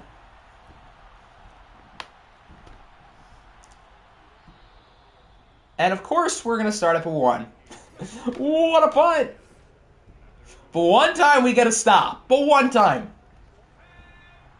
That's brutal. That is absolutely brutal. Oh, okay. So now we make up the yardage from the punt. It's Terry McLaurin gets 16. Okay, so now we actually can try to drive down the field. So far, neither quarterback has thrown an incompletion yet today. Malik Willis and Deshaun Watson have both been quite good. It's just that Watson's taken a few deep shots that they've worked. Willis is only going short, and it has worked. There again. Case in point. Viking speaking to Hector. Yes, my father? I mean, it's not like you guys swept those. Hector is the Vikings' dad, and Watson is their mom. Not if we win this game. That'll mean we'll have beaten Watson twice this year. Your Xbox is not currently working. It's probably one of the cords. Hector speaking to Dan. Yes, father. Drag him, Denmark. Drag him in the mud. Dan clears that fraud. Good run. We're already almost at the 2-minute warning. This first half has flown by. And so far, it's really anybody's game. Okay, can we throw a pass past 15 yards, please? Please? 2-minute warning in the first half, 7-3. We already have almost as many points as the first game did. Watson in the Bahamas. Watch out, masseuses. Willis off his back foot with a beauty for Nico Collins. Thank you for listening. Why would I simcast? Why would I do that? This game decides who wins the division. NFC East talking to Apple, who is 0-18. Yes, father. But you guys have not won the division yet, and you still haven't won it technically. I wouldn't get ahead of myself. We all know Detroit won. I don't think so. Malik Willis is 11 for 11. He's kind of carving up their defense right now, so no. 1st and 10. Willis scrambling, goes short. In the most important game of the year, Malik Willis, although he's had a lot of easy throws, he's living up to the billing. Apple, what happens if we have to play against each other in the first round? Who are you going to root for, your team or your quarterback? That's the first incompletion from either team the entire game. Willis completed his first 12 passes, and Watson's like 8 for 8. My hope is that Tennessee is so bad, Malik Willis requests to trade. 3rd and 2, we don't get it. Again, I would kick the points, because I don't trust our offense in a 4th and short. Good. Just take the points, make it a 1-point game.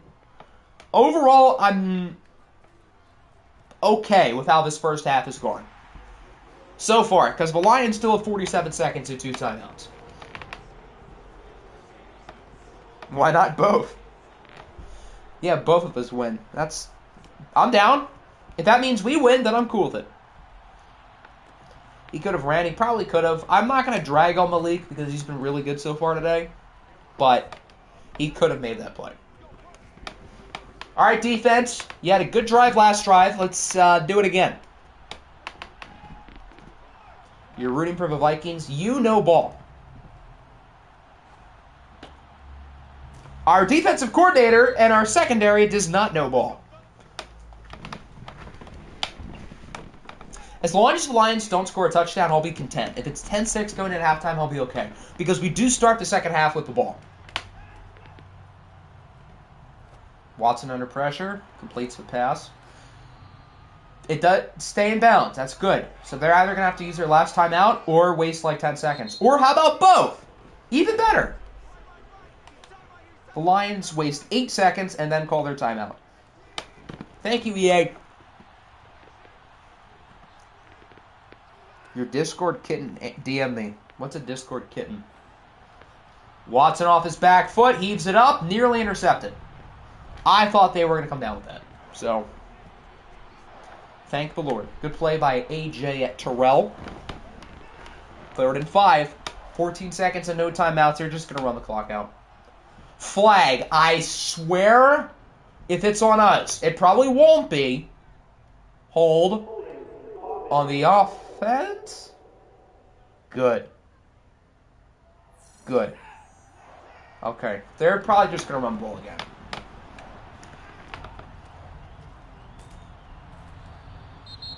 All right, we called the timeout, so we're going to go for a punt return touchdown, I guess. Probably not going to happen. Who's our punt returner? I hope it's Henry Ruggs, because he's kind of made for this situation.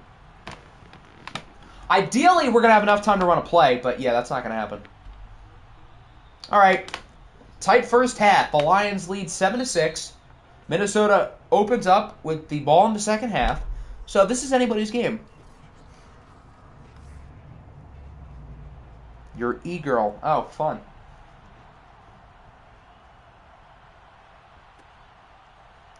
Hearing from my sources, best quarterback in the OFL, Malik Willis, facts, has requested a trade out of Minnesota. It's cold.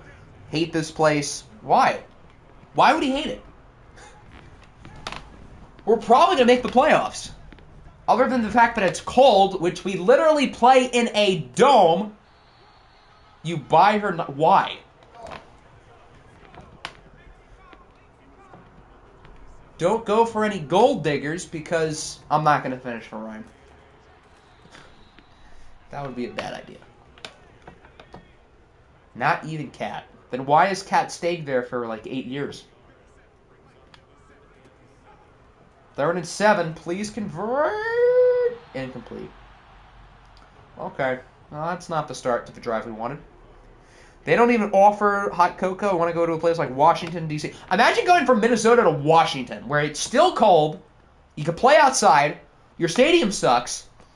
Your owner is Dan Snyder. That sounds like a bad idea. I bet he has a great coach who's an amazing person and definitely the coach of the year. I'm sure. Well, unfortunately, Malik, we're not going to hold up your request unless we get everybody good on Washington, which is like 3 people. So, even so, no. I'm going to get a beer after hearing about Hector's e-girl. Hector took so many W's today, and then this happens. Good sack. Is that Khalil Mack again? I think he should be in the zone if that was... Oh, that was Myles Garrett. So they both have 1. Denmark, I thought you lived in a shed. I mean, he kind of does. 3rd and 11. Do not let them convert. Good. Good tackle by 31. Who's 31? Cameron Curl. Good stuff. Take the source. I'm going to take your sources and launch them out the window. How about that?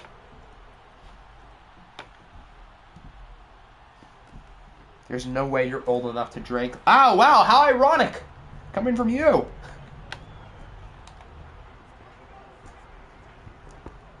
So both teams trade off 3 and outs. I don't think there were any 3 and outs in the first half. That's a good start. Antonio Gibson down the sidelines to the 43. You know who else says per sources? Adam Schefter. F Octagonal Gaming. All my homies hate Octagonal Gaming. Per sources. Have to include the per sources at the end. Back? I didn't even know you were gone. Run the ball again. Good. Okay, and it doesn't work. We got maybe 1. Not even.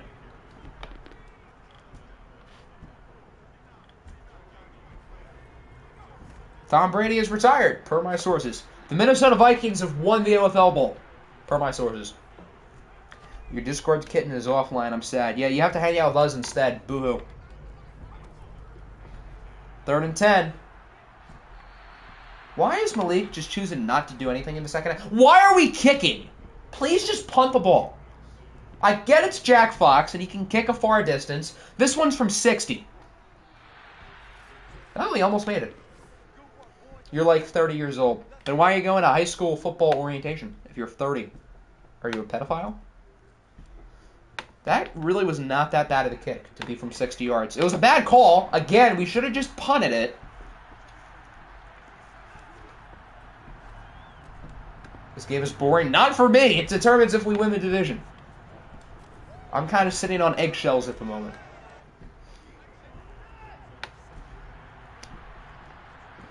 Because we have technically not made the playoffs yet in OFL 22. We made it in the sim year, but that doesn't really count. Especially considering we didn't win a playoff game. Oh, dear. Why did he throw it? That's going to be an illegal forward pass. He could have just ran it for a first down. What a boneheaded play by Deshaun Watson. Madden's trying to throw us a bone here. We better capitalize. I don't think Mr. Rob's like 40. Jeez. Want to hear a story? Per sources. Per sources, the Vikings are going to get an interception on this play. Oh! Oh, am I right? Oh, I'm wrong. I was almost right, but nobody on our defense has hands. I think that was Chidobe Awuzie who dropped it twice. Chidobe has good hands. Well, how did he drop it? Oh, well, I'm not complaining. We got the stop. And we're not starting with horrible field position. Good. Anyone above 16 is 40 in my eyes. Yeah, no, 13 isn't 6th grade. Unless it's Hector, who probably got held back like 3 times. Then in that case, it is. The Yankees suck, per sources. You know ball, per sources. Good first down for Gibson.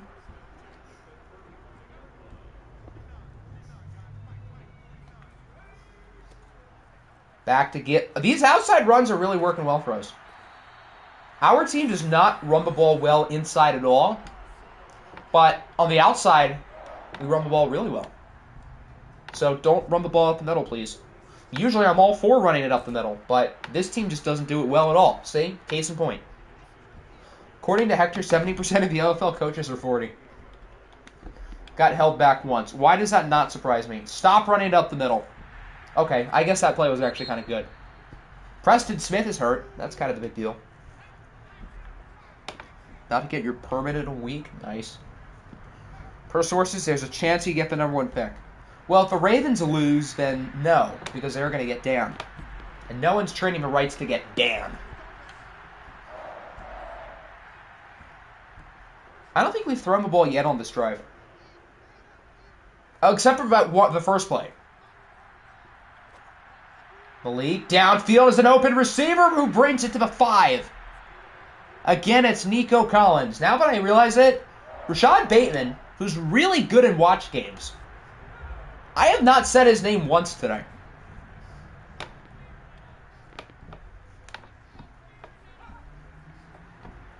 First and goal. What are you doing, stupid? We had an easy touchdown, but nope. The offense chooses to get cute, and Mike Hilton picks off Malik. Rip. You want him, Apple? Do you want him now? You can take him. It's still only a 1-point game. I feel like this should not be a 1-point game. Madden has thrown us a bunch of bones today, and we're not capitalizing. The Lions have been the better team, in my opinion. Although we're running the ball better than them, mainly because they're just not running the ball. Good coverage. Good play. Nationals are in trade talks with the Orioles and Tigers for Juan Soto. Per sources. W. Octi called Malik stupid. He wants a trade to Washington, D.C. If I called Malik stupid, what would you call him? 3rd and 10, check down. Yes. Good stop. We have all the momentum. How does that make sense? Our defense is playing really well, but our offense hasn't scored a touchdown. I feel like the momentum should be like even right now because the Lions just forced a huge turnover to stop us from scoring, but we just got a 3-and-out. I think it's easier for home teams to get momentum, so I get it. But again, Madden's really trying to help us out.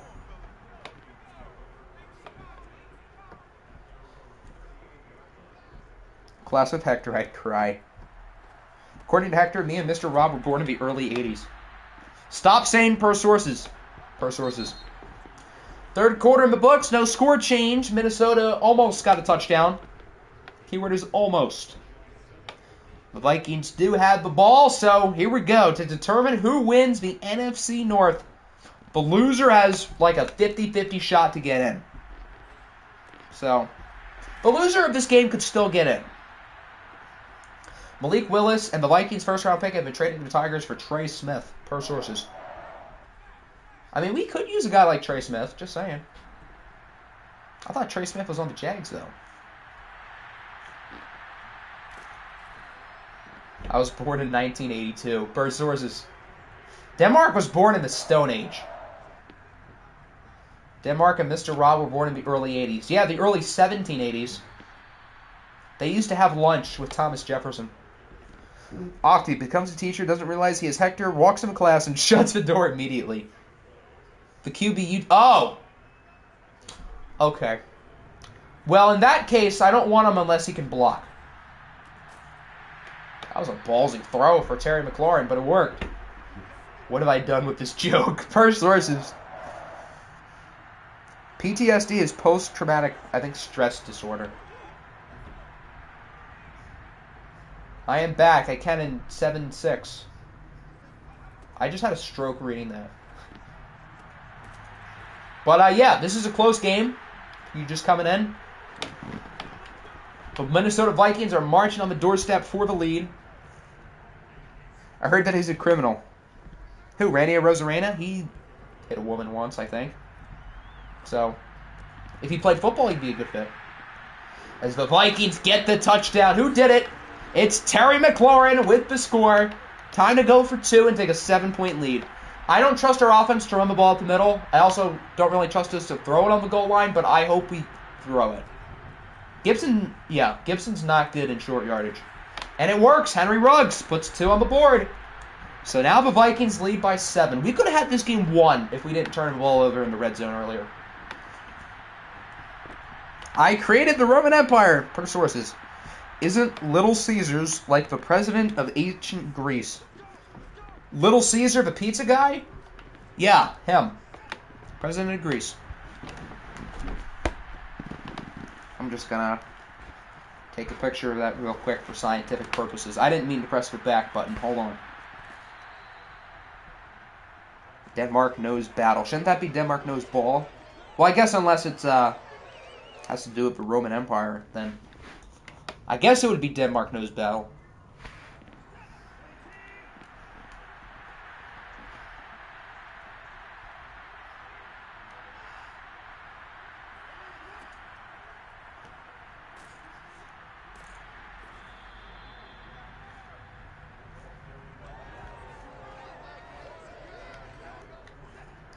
Dyson Daniels is better than Jay. I do like Dyson Daniels. I think you're wrong, but I like Dyson Daniels. But Jaden Ivey is going to be a Detroit Piston, so it's all good. Rosarena is cool, though. He said the Orioles have a bright future. Or running back to the dugout to you and your brother. That's fire.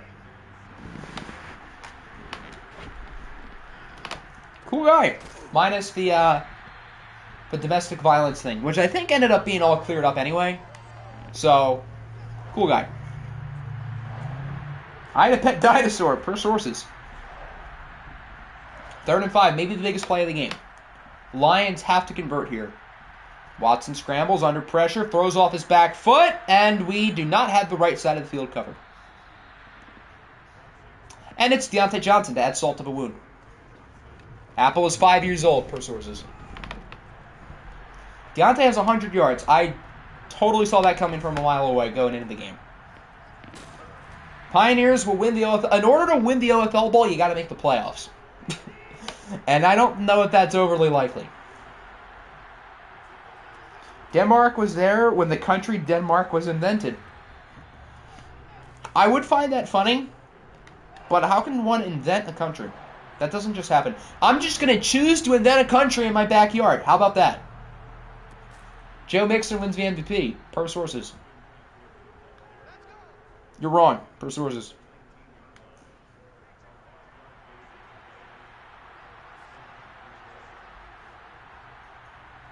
Giddy's sources are really bad. That's true. 3 minutes left. Watson with a shot for the end zone. It's tipped and again should have been picked. I turned the interception sliders up by a lot last stream, and we have dropped like 3 picks. 3 easy picks that should have been caught. Hector is the greatest quarterback to be named Hector. Wow, that's a lot of competition. Jeff Sims will win Rookie of the Year, per sources. You're wrong, per sources. Justin Fellow is a weird fellow. Did I just call him Justin Fellow? I meant Justin Fields. Elijah Chisholm wins MVP, per sources. I'm not going to argue that one because he has been quite valuable. 4th and 5, Lions got to go for it. This could be for the ball game. Watson for the end zone. It's nearly caught. Wow. Minnesota gets the stop. It's time for 24, Antonio Gibson, to finish the game. If there's any team I do not trust to run the ball up the middle, though, it is the Vikings.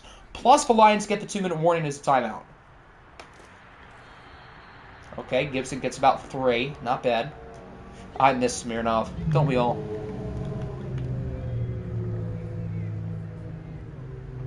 Jordan Stout, Offensive Player of the Year, per sources. Rapp better than Schefter. You know ball. That's another W for Hector. Gibson gets 2. Lions call another timeout. This play right here could win us the game and the division. 3rd and 3. I have a feeling we're not going to get it, though. I'll be damned. Gibson gets about 10 or 11. So, we haven't clinched it yet. Hold on. Because there's still 1:51. So, hypothetically, the Lions could get another stop here. They'll have, like, 20 seconds. The Lions know a thing or two about Hail Marys. They completed one last year against the Beats back in week 1. I think it was Deontay Johnson who caught it.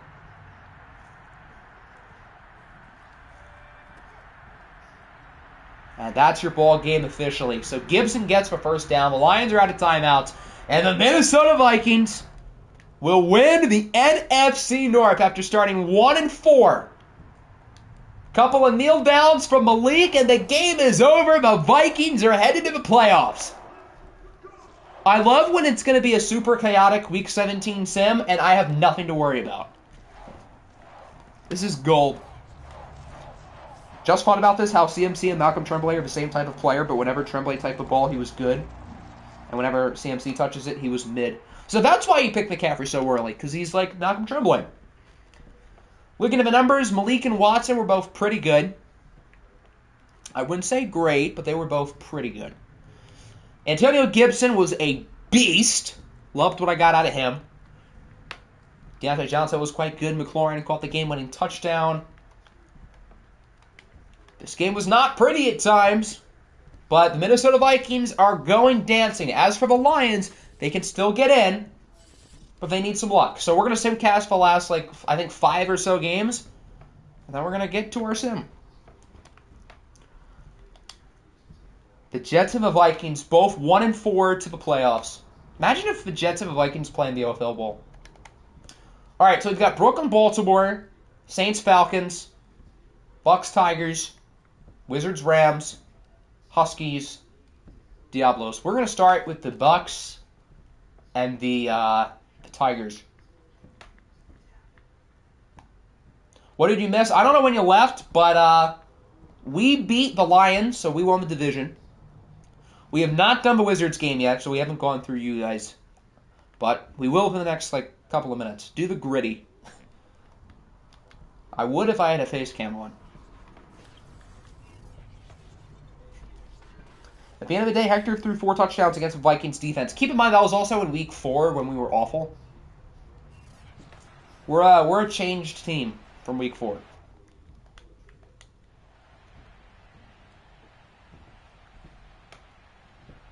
The Bucks looking good early. With a win, Tampa Bay clinches the 5 seed. With a loss, the Tigers clinch the 5 seed, I think. Or the 6 seed, because they're tied with Kansas City if they lose. Ooh, the Tigers tie it up. Tigers take the lead. What an awful choke job by the Bucks. Okay, they just tied it with 9 seconds. All right, so we're going to go into overtime. All right, so we're going to watch. Who starts with the ball? I wish we watched the coin flip. The Tigers don't. The Bucks do. So Tampa Bay can win it. With a win, the Bucks are in the playoffs. With a loss, it gets weird. The Bucks would be 9-8. The Seahawks would be 9-8. The Lions would be 9-8. Washington, the Bats, the Giants, all of them would be 9-8. One of those NFC East teams would win the division. So if the Bucks the Bucks lose, you have 5 teams that are 9-8 fighting for 3 wild card spots. If the Bucks win, you'll have 2 wild card spots between 4 9-8 teams, and the Bucks would get the 5 seed. Nothing like Eastmoo raging in the MLB chat in my Discord. Nothing like it. The Falcons have 11 wins. They can clinch the number 1 seed with a win. And they play the Saints, who aren't very good.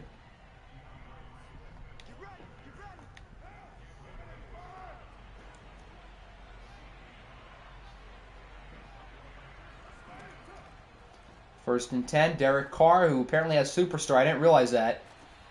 Yeah, the Giants have 9 wins. You're in a 3-way tie for first place in the NFC East, and you're also in a big cluster of teams for the wild card. So there's really like a 50-50 shot the Giants get in. Octi has the body of a Discord mod. You call me fat? Which, I'm not. Or at least I wouldn't say I am. But I assume that's what you're implying. Good first down run for DeAndre Swift.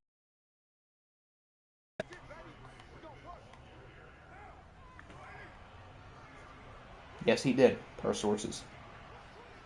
The Bucks have Carr and Adams. Yeah, you're right. They do have Carr and Adams. I didn't think of that. When's the next baseball call? The baseball season ended because our team is bad. So it's just softball and lacrosse. L overtime rolls. Facts. Hector is a weird fellow, per sources.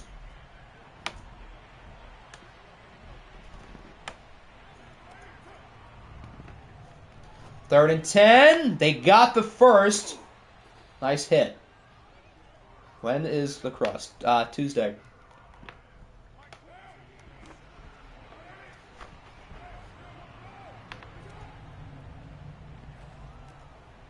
Screen for Swifty.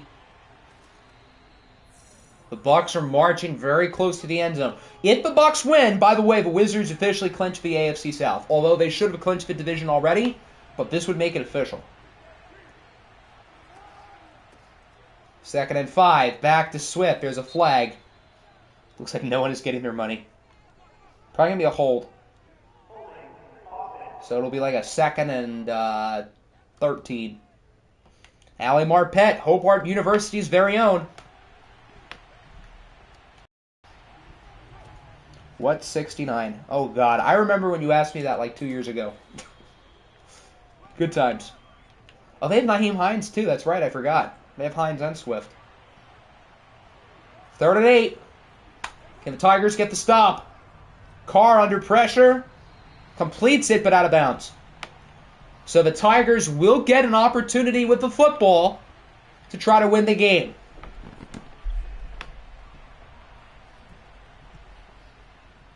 Field goal is good. Now it's 23-20. This is Ali Marpet's last Madden, unless he comes back from retirement, which is pretty unlikely.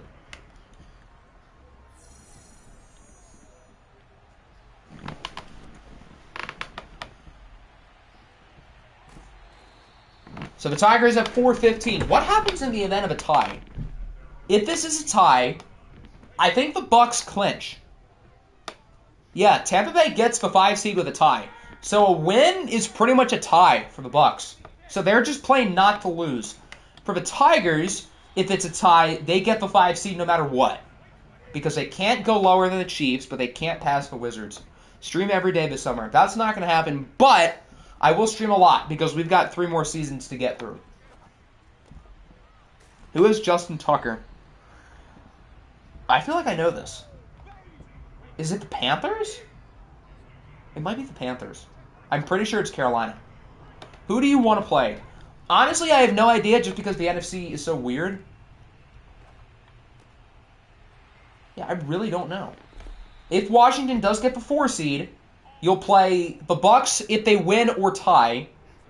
If they lose, you would play either the Bucks, the Seahawks. I don't think I'd want to play them if I was you. The Giants, the Bats, or the Lions. I don't think any of those teams are bad. I think Seattle and watched, they've won an OFL Bowl, so I wouldn't want to play them. Other than that, I don't really know. I think the Bucks are pretty good and watched, so maybe not them. So I guess if I was you, I'd want to play the Bats, the Giants, or the Lions. Who do you think I'll draft first? I have no clue. Do you guys have the first pick? I don't remember the draft order. Petition to give Ravens to the NFC to get them in the playoffs, to give the Vikings a 3 win. I want to earn our win. Now that I say that, we're going to lose. So, yeah. We're up a 2-minute warning for what it's worth, as it's a 3rd and 1.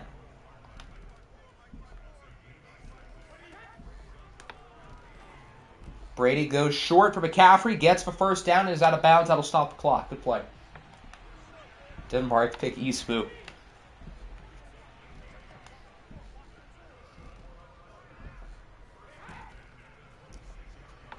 You do have a first pick. Oh. Apple will be drafted first, per sources. Who wants Apple on their team after last year's debacle? Wink, wink.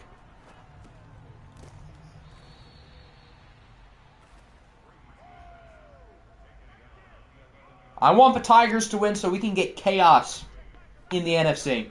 Although it's going to be chaos regardless, but it'll be even more chaos.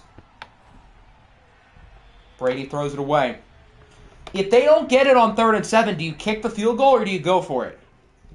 Again, a tie means the Bucks are in. A tie is good for the Bucks. A tie is like neutral for the Tigers. So they could just agree to tie. Flag. That was kind of a late flag, but I think it's going to be a hold. Roughing the passer! That play might take the Bucks out of the playoffs. George Stewart. It would have been a 4th down at like the 7. They would have kicked a field goal. So that would mean worst case for the Bucks would be a tie, which means they're in. But instead, the Tigers are going to win the game with a touchdown. It's Jameson Williams who walks it off. So now the NFC East is about to get real weird. You've got 3 teams, or 3 spots, and 5 teams fighting for them. Technically 6. Tom Brady bailed out again. What's new? As the Tigers win it 23-26. So the Tigers will be the worst case they'll be is the 5, which is where they probably should be. If Madden decides to give them the division, I guess as of now they could go anywhere from 1 to 3. But we haven't seen what's happened with the Diablos. We haven't seen what's happened with the Wizards. So, we don't know. NFC's about to get real weird. I'm black. I know. Alright, which game are we going to do next? Let's figure out this AFC seeding situation. We're going to do the... Actually, let's do the Diablos game. So I think the Diablos are currently the 1 seed. If they win, they clinch the 1 seed.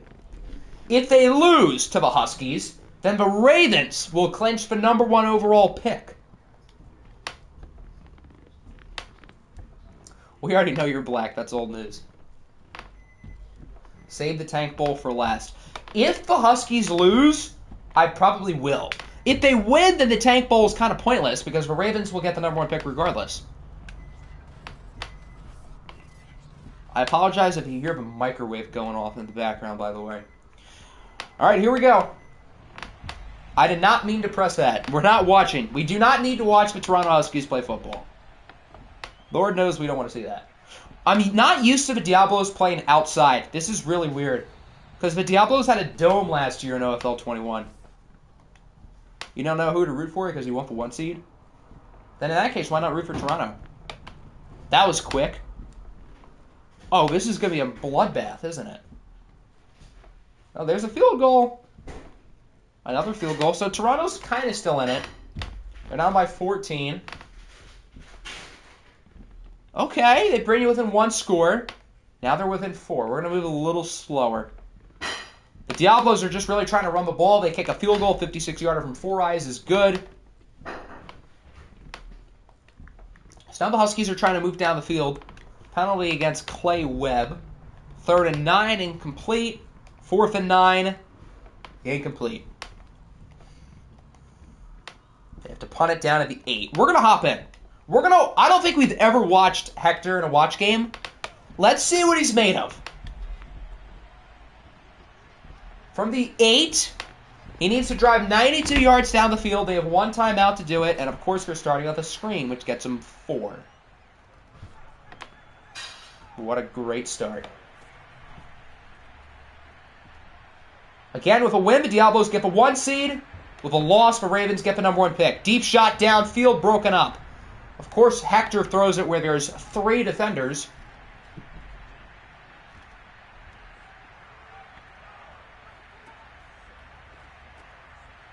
Third and 7. They got it. They got to move quick. That was the worst screen pass I've ever seen. Yeah, that was brutal. Down to a minute from the 24. They've got to move fast. Or out of bounds. All right, good play. They get 13. And more importantly, get out of bounds. Hector is an L per sources.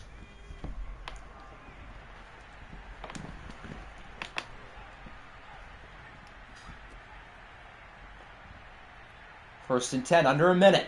Hector to the sidelines. What a catch! Who is that?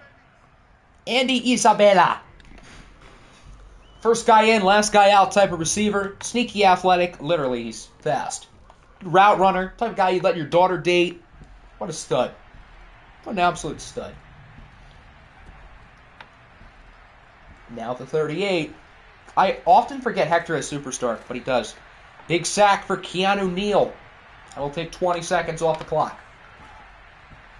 2nd and 21.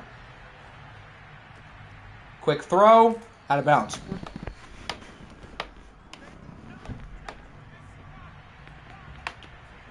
Would Hector be better suited? He'd be better suited anywhere. Because the Huskies' offense is brutal. 3rd and 10. Hector sacked again. They got to call that last time out. They have about 12 seconds. We're probably going to see a Hail Mary.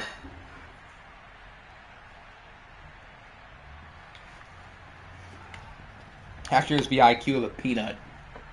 Per sources. Doesn't even get it there, and it's incomplete.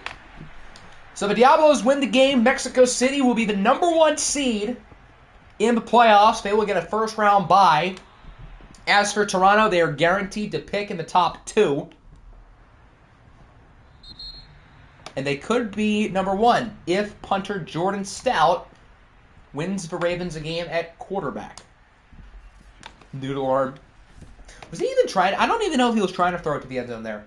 For his sake, I hope he wasn't. Because if he was, yikes. That was a horrible throw.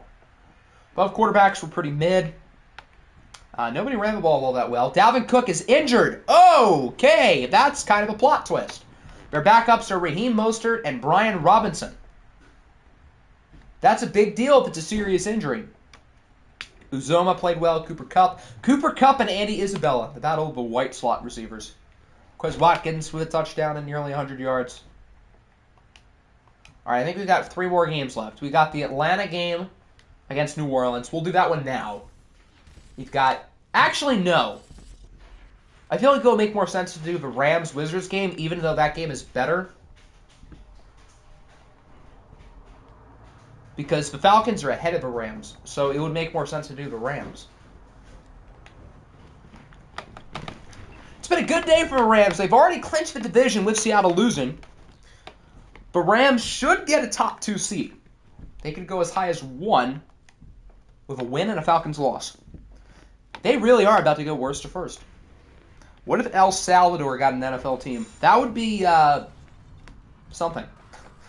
I don't know many free agents would want to play in El Salvador. I'll tell you that. Can DJ Uiagalelei finish the regular season off strong? The number 1 overall pick who's led a complete culture shift in LA. The Wizards, I think, are pretty much guaranteed the 2 seed if they win. If they lose, then they could go down to 5. Got a good game so far. That makes sense. This could be an OFL Bowl preview.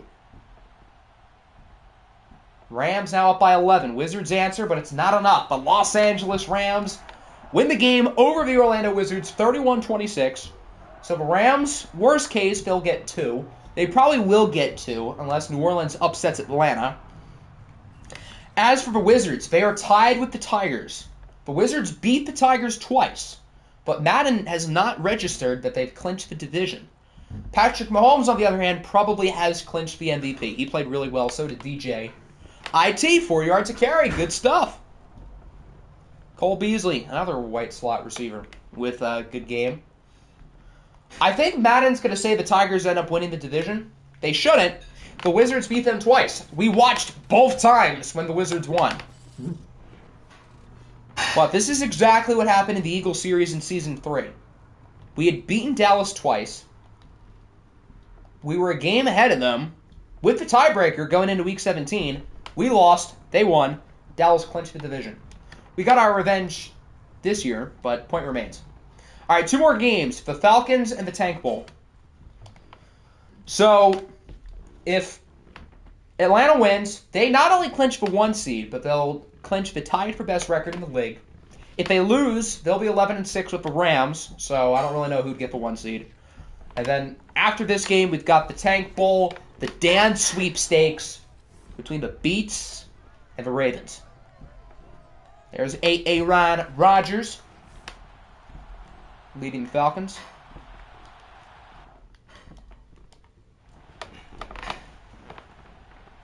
Atlanta should win this game. New Orleans is 7-9. They're not horrible, but they're not good. But the Saints are hanging in there. Now they're winning. Oh. Oh. Oh.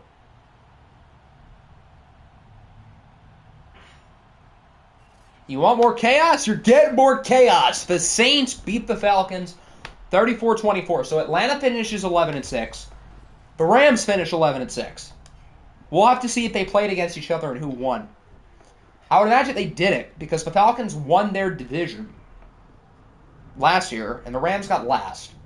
So unless the NFC South played the NFC West, which I have no idea, then they probably didn't play against each other.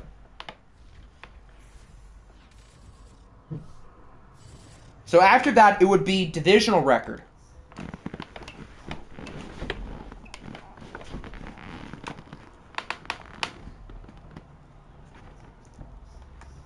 All right, so let's see if they played against each other, and then if not, enter division record. Okay, they didn't. So Atlanta in the division, 0-1, 1-1, 2-1, 3-1, 4-1, 4-2. I feel like the Rams did well in the division. 1-0, 1-1, 2-1, 3-1, 4-1, 4-2. All right, next tiebreaker. Best win-loss percentage in common games. I really don't feel like going over all that, so yeah, we'll just see who Madden gives for 1 seed to. I think it said Atlanta hasn't officially clinched the #1 seed, so in that case, they'll probably give it to the Rams. Why am I going up? I want the Ravens.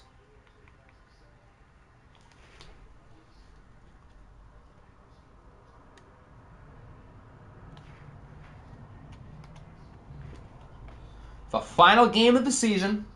The only game on the Week 17 slate where neither team is fighting for a playoff spot. Why did we save it for last? The Dan sweepstakes. The Ravens are an 87, and they're going to get the #1 pick. That's crazy. That's wild. They have one of the highest rated teams in the entire league. I think we're only an 85, to put that into perspective. Punter Jordan Stout is at quarterback for the Ravens today with a loss. Baltimore picks #1. They'll have the right to select Dan.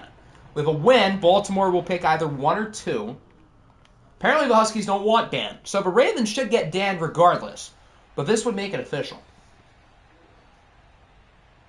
7-7. We've seen punters win game at quarterback before in the OFL, so again, I would not put it past Baltimore to win today. 21-10, the Beats are up. Brooklyn's looking good. Yeah, they had this game won. Not even close. Dan, you are a Baltimore Raven. The Beats win 28-10. To round out the regular season, they'll finish 7-10. Jordan Love was pretty good. Jordan Stout could have been worse. He didn't throw an interception. So the Ravens finished with the worst record in the league at 4-13, thanks to their tank efforts down the year with Trace McSorley and Jordan Stout. All right, so we've gone through every week. We're going to briefly go over all of the scenarios in one. Then we're going to simulate. We'll see what happens. We'll go over the awards and stuff. And then that'll wrap up the stream. Yes, we have gone through every game. Every game is done. All right. Division by division. Shamrocks win the North. Nobody else is going to get in. AFC South. The Wizards and the Tigers are tied. Here, why don't I sort it by wins? That's a better idea. The Wizards beat the Tigers twice, but I wouldn't be surprised if Madden gives it to the Tigers. The Bison, we'll talk about the wild cards after. We're doing just divisions. AFC East. Dolphins and Jets are tied. The Jets should win it, but again, I wouldn't leave it to Madden to give it to the Dolphins. AFC West, Diablos won. NFC North, the Vikings have officially won. The Falcons already clinched the South. This is where it gets fun. So, the Bats, the Giants, and Washington are all tied in the East. The order should be, according to tiebreakers, Washington, New York, Boston. We'll see if that holds up. Then in the NFC West, the Rams have clinched the division. As for wild cards, so what should happen is, the Chiefs are going to get 6. So there's only the race for the 7th seed in the AFC between the Bison, the loser of the division between these two, we'll say the Dolphins because it should be them, and the Pioneers. So one of the Pioneers, the Dolphins/Jets, and Bison will get the 7th seed. The NFC, it's even crazier. So these two teams are fighting for the 1 seed. The Vikings will be 3. The winner of this division will be 4. So that's where we get chaos. The Lions, the Bucks, the Seahawks, and the 2 losers of this division are fighting for the other wild cards. So if Washington gets 4, like they should, we've got a 5-way race between the Bucks, the Lions, the Bats, the Giants, and the Seahawks for 3 wild card spots. Alrighty, are we ready to see what happened? Time for the moment of truth. Bada bang, bada boom. We'll see how much Madden got right, how much Madden got wrong. Here we go. Okay. All right. Interesting. So it seems like Madden got everything right with the tiebreakers. Wizards over Tigers, Jets over Dolphins, Washington, Giants, Bats. They got the order completely right. So let's talk about what happened. The Diablos get 1. The Wizards do, in fact, get 2. The Jets win the division. The Tigers get 5. And the battle for the 7th seed between the Dolphins, the Bison, and the Pioneers goes to the Dolphins. In the NFC, the Falcons still get the number 1 seed over the Rams. They got the tiebreaker right with Washington, then the Giants, then the Bats, who all 3 make it. Seattle gets in as the 5, so that means the Bucs are out. Who's the other team? The Lions are out. So the Bucs and the Lions, who both going into the week had clear paths to make the playoffs, are eliminated. All right, there you go. Interesting stuff. I should have checked the tiebreaker for those 3 AFC teams. Hold on. I want to do that real quick. See if they got the wild card stuff right. So it was the Dolphins over the Bison and over the Pioneers. So did the Dolphins play either of them?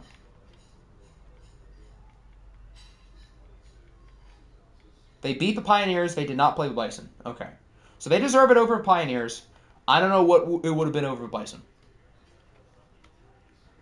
Elijah Chisholm better than Tom Brady. Seeding-wise, you're not wrong.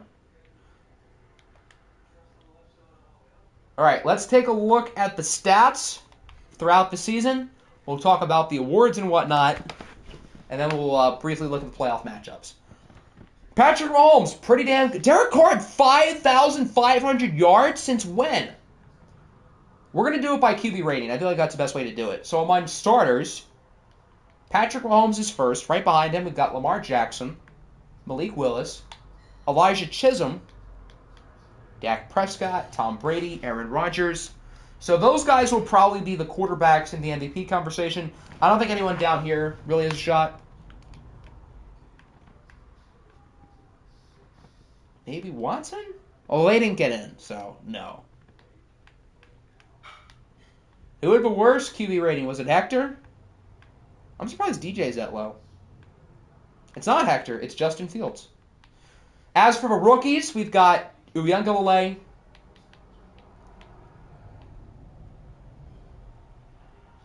where's the other two? There's Bryce Young, and there's CJ Stroud. DJ led his team to the 2 seed, keep in mind. But statistically, Stroud and Young were a little bit better. And both Stroud and Young's teams did improve. Run game, Joe Mixon and Derrick Henry were both really good. Both of them probably end up in the MVP race. Alvin Kamara not too far behind. He could be an Offensive Player of the Year candidate. Najee Harris probably will be in the Offensive Player of the Year race. What happened to Dalvin Cook with his injury? He's fine. Okay, so he'll be all good. Gibby had 15 touchdowns. Good Lord, I didn't realize he had that many. Pretty much every starting running back in the league had 1,000 yards except for IT, who had 997. He was that close. Jamison Williams leads the league in yards. He had a great second half of the year. Followed behind by Tyreek Hill, Devontae Adams, Brandon Cooks, Terry McLaurin. Receptions, Devontae Adams. Followed by Jamison Williams, Christian Kirk, Nick Boyle. Okay. Cortland Sutton, Brandon Cooks, Terry McLaurin, all in the triple digits. Touchdowns is Zach Pascal with 16. I feel like there's not one receiver who set themselves up better than everybody else statistically. Maybe Jameson, but he was a little bit lower in terms of touchdowns. How many sacks did Eric Fisher allow? 32. Andre Dillard wasn't too far behind. He had 25. All right, defense. We're going to do this by conference because that's easier. So in the AFC, who had all the sacks? Oh! Since when did Shaq Barrett have 24? Okay, I think I know who I'm giving Defensive Player of the Year to. Look at his end of the year. 3, 2, 3.5, 2. He only had 2 games without a sack. I didn't realize he had that many. So there you go. Shaq Barrett breaks the sack record. DeForest Buckner, 29 tackles for a loss. I'm pretty sure that's an NFL record. So he'll be in the Defensive Player of the Year race. Byron Jones with 6 picks. Xavier Howard with 5. Jeremiah Owusu-Koramoah with 5, even though he had 4 in 1 week. I don't know if that helps him or hurts him, having 4 in 1 week. 3 fumbles forced by Kyle Duggar. He recovered 2. Are Duggar's other stats Defensive Player of the Year worthy? Probably not. So that is a lot of fumbles.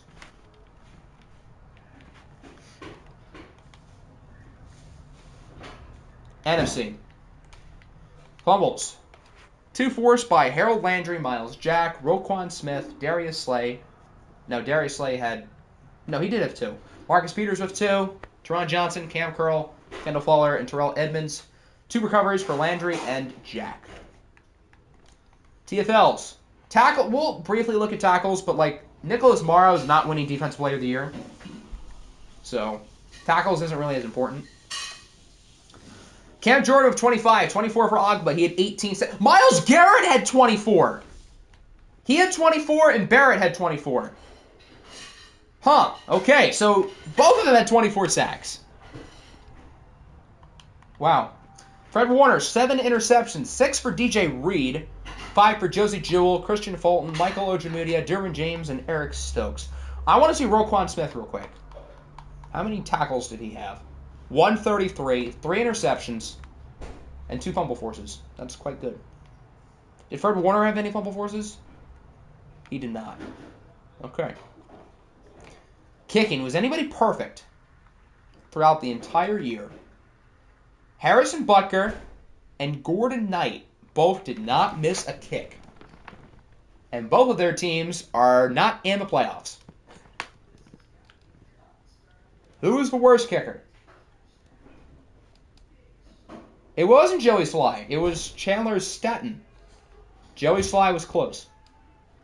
Who was the best punter? The worst was Justin Truman. The best was Bradley Pinion.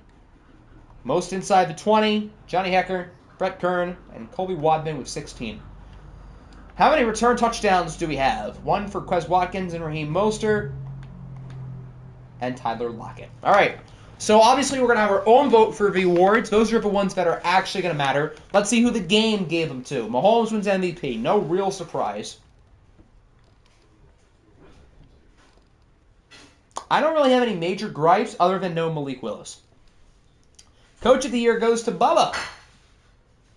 Bubba's probably not going to be in the running because the Falcons were really good last year, too.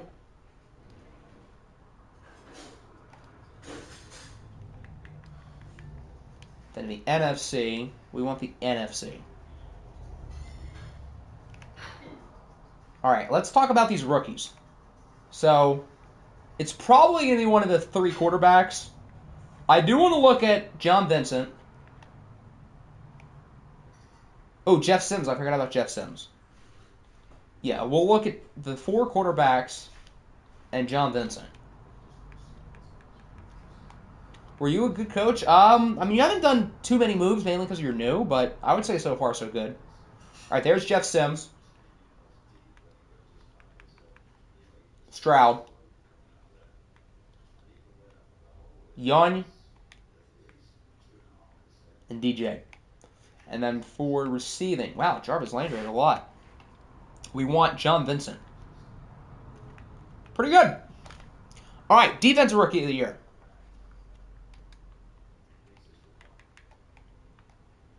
Tyler Davis. I'm going to write these down because there's going to be a few guys I want to check. Tyler Davis of Seattle. Noah Sewell. We might as well just check the entire Niners roster. Wait, hold on. Yeah, I'm just going to write Seattle and 49ers. Because they've got 5. In the AFC, Beats for Brazil and Octavius. Brennan Joseph, Jets. Will Anderson, the Ravens. Yeah, those are the guys we're going to check. Seattle. Tyler Davis. 58 tackles, 19 for a loss, 9 sacks, no fumbles.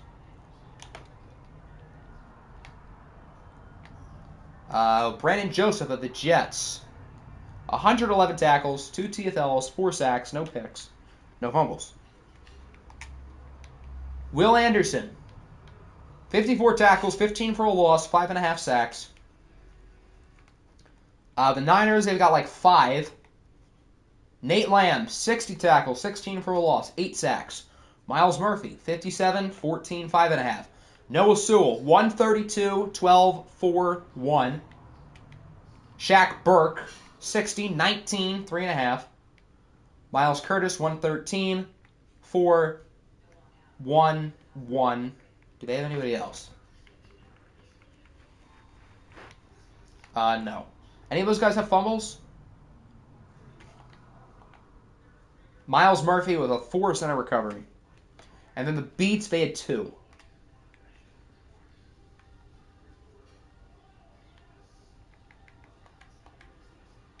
Octavius Gaming, 87 tackles, 3 picks. Nothing else.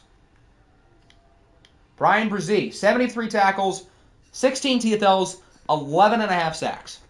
I didn't realize he had that many. Damn. All right, we'll go through the other ones real quick. I'm not going to do team by team. That will take too long, but we'll go through the rest of the awards.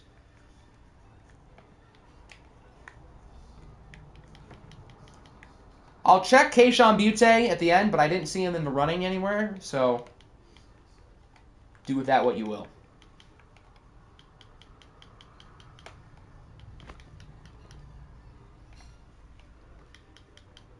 Remember, we can make our own players? Fun times.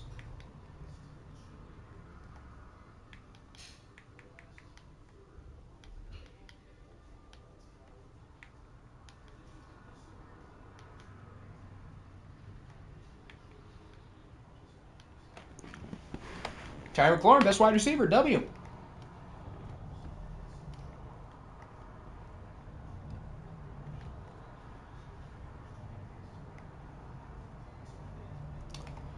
All right, so that wraps it up for our award discussion. Again, within the next hour or so, expect an awards ballot as a Google form to be put into the server where you will all get to make your voices heard and vote for the award winners. All right, we'll check the injuries real quick, see if there are any new injuries for the playoff teams. Landon Dickerson torn leg. Oh, that already happened. Liam Eichenberg, dislocated ankle. He is done for the year. Ezra Cleveland and Matt Hennessy. I feel like Hennessy happened in the game. So we're going to be without 2 of our starting offensive linemen from the first round of the playoffs. Great.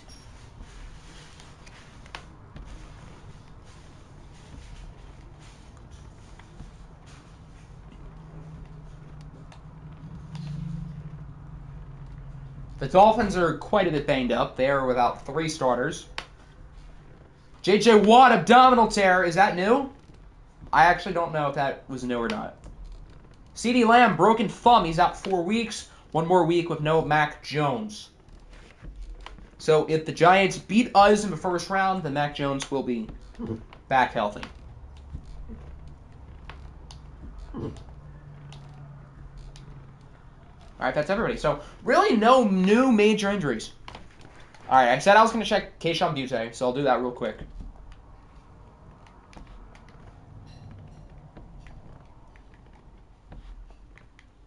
$59, 840, and 2. All right, so we're going to briefly look at the playoff matchups, and then, yeah, you guys did get the number 1 pick. Just to confirm, there you go. Actually, hold on. I do want to look at the projected draft order. I don't know if this will be exact, but Ravens 1, Huskies 2, Black Knights and Bears will have 3 and 4. And then you got the Beats, Panthers, Browns, Broncos, Pats, and Niners, all with 7.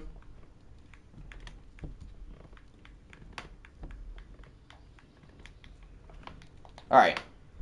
So let's see the 6 matchups we've got in the first round. We're going to watch 3 and simcast the other 3. So we've got Wizards, Dolphins,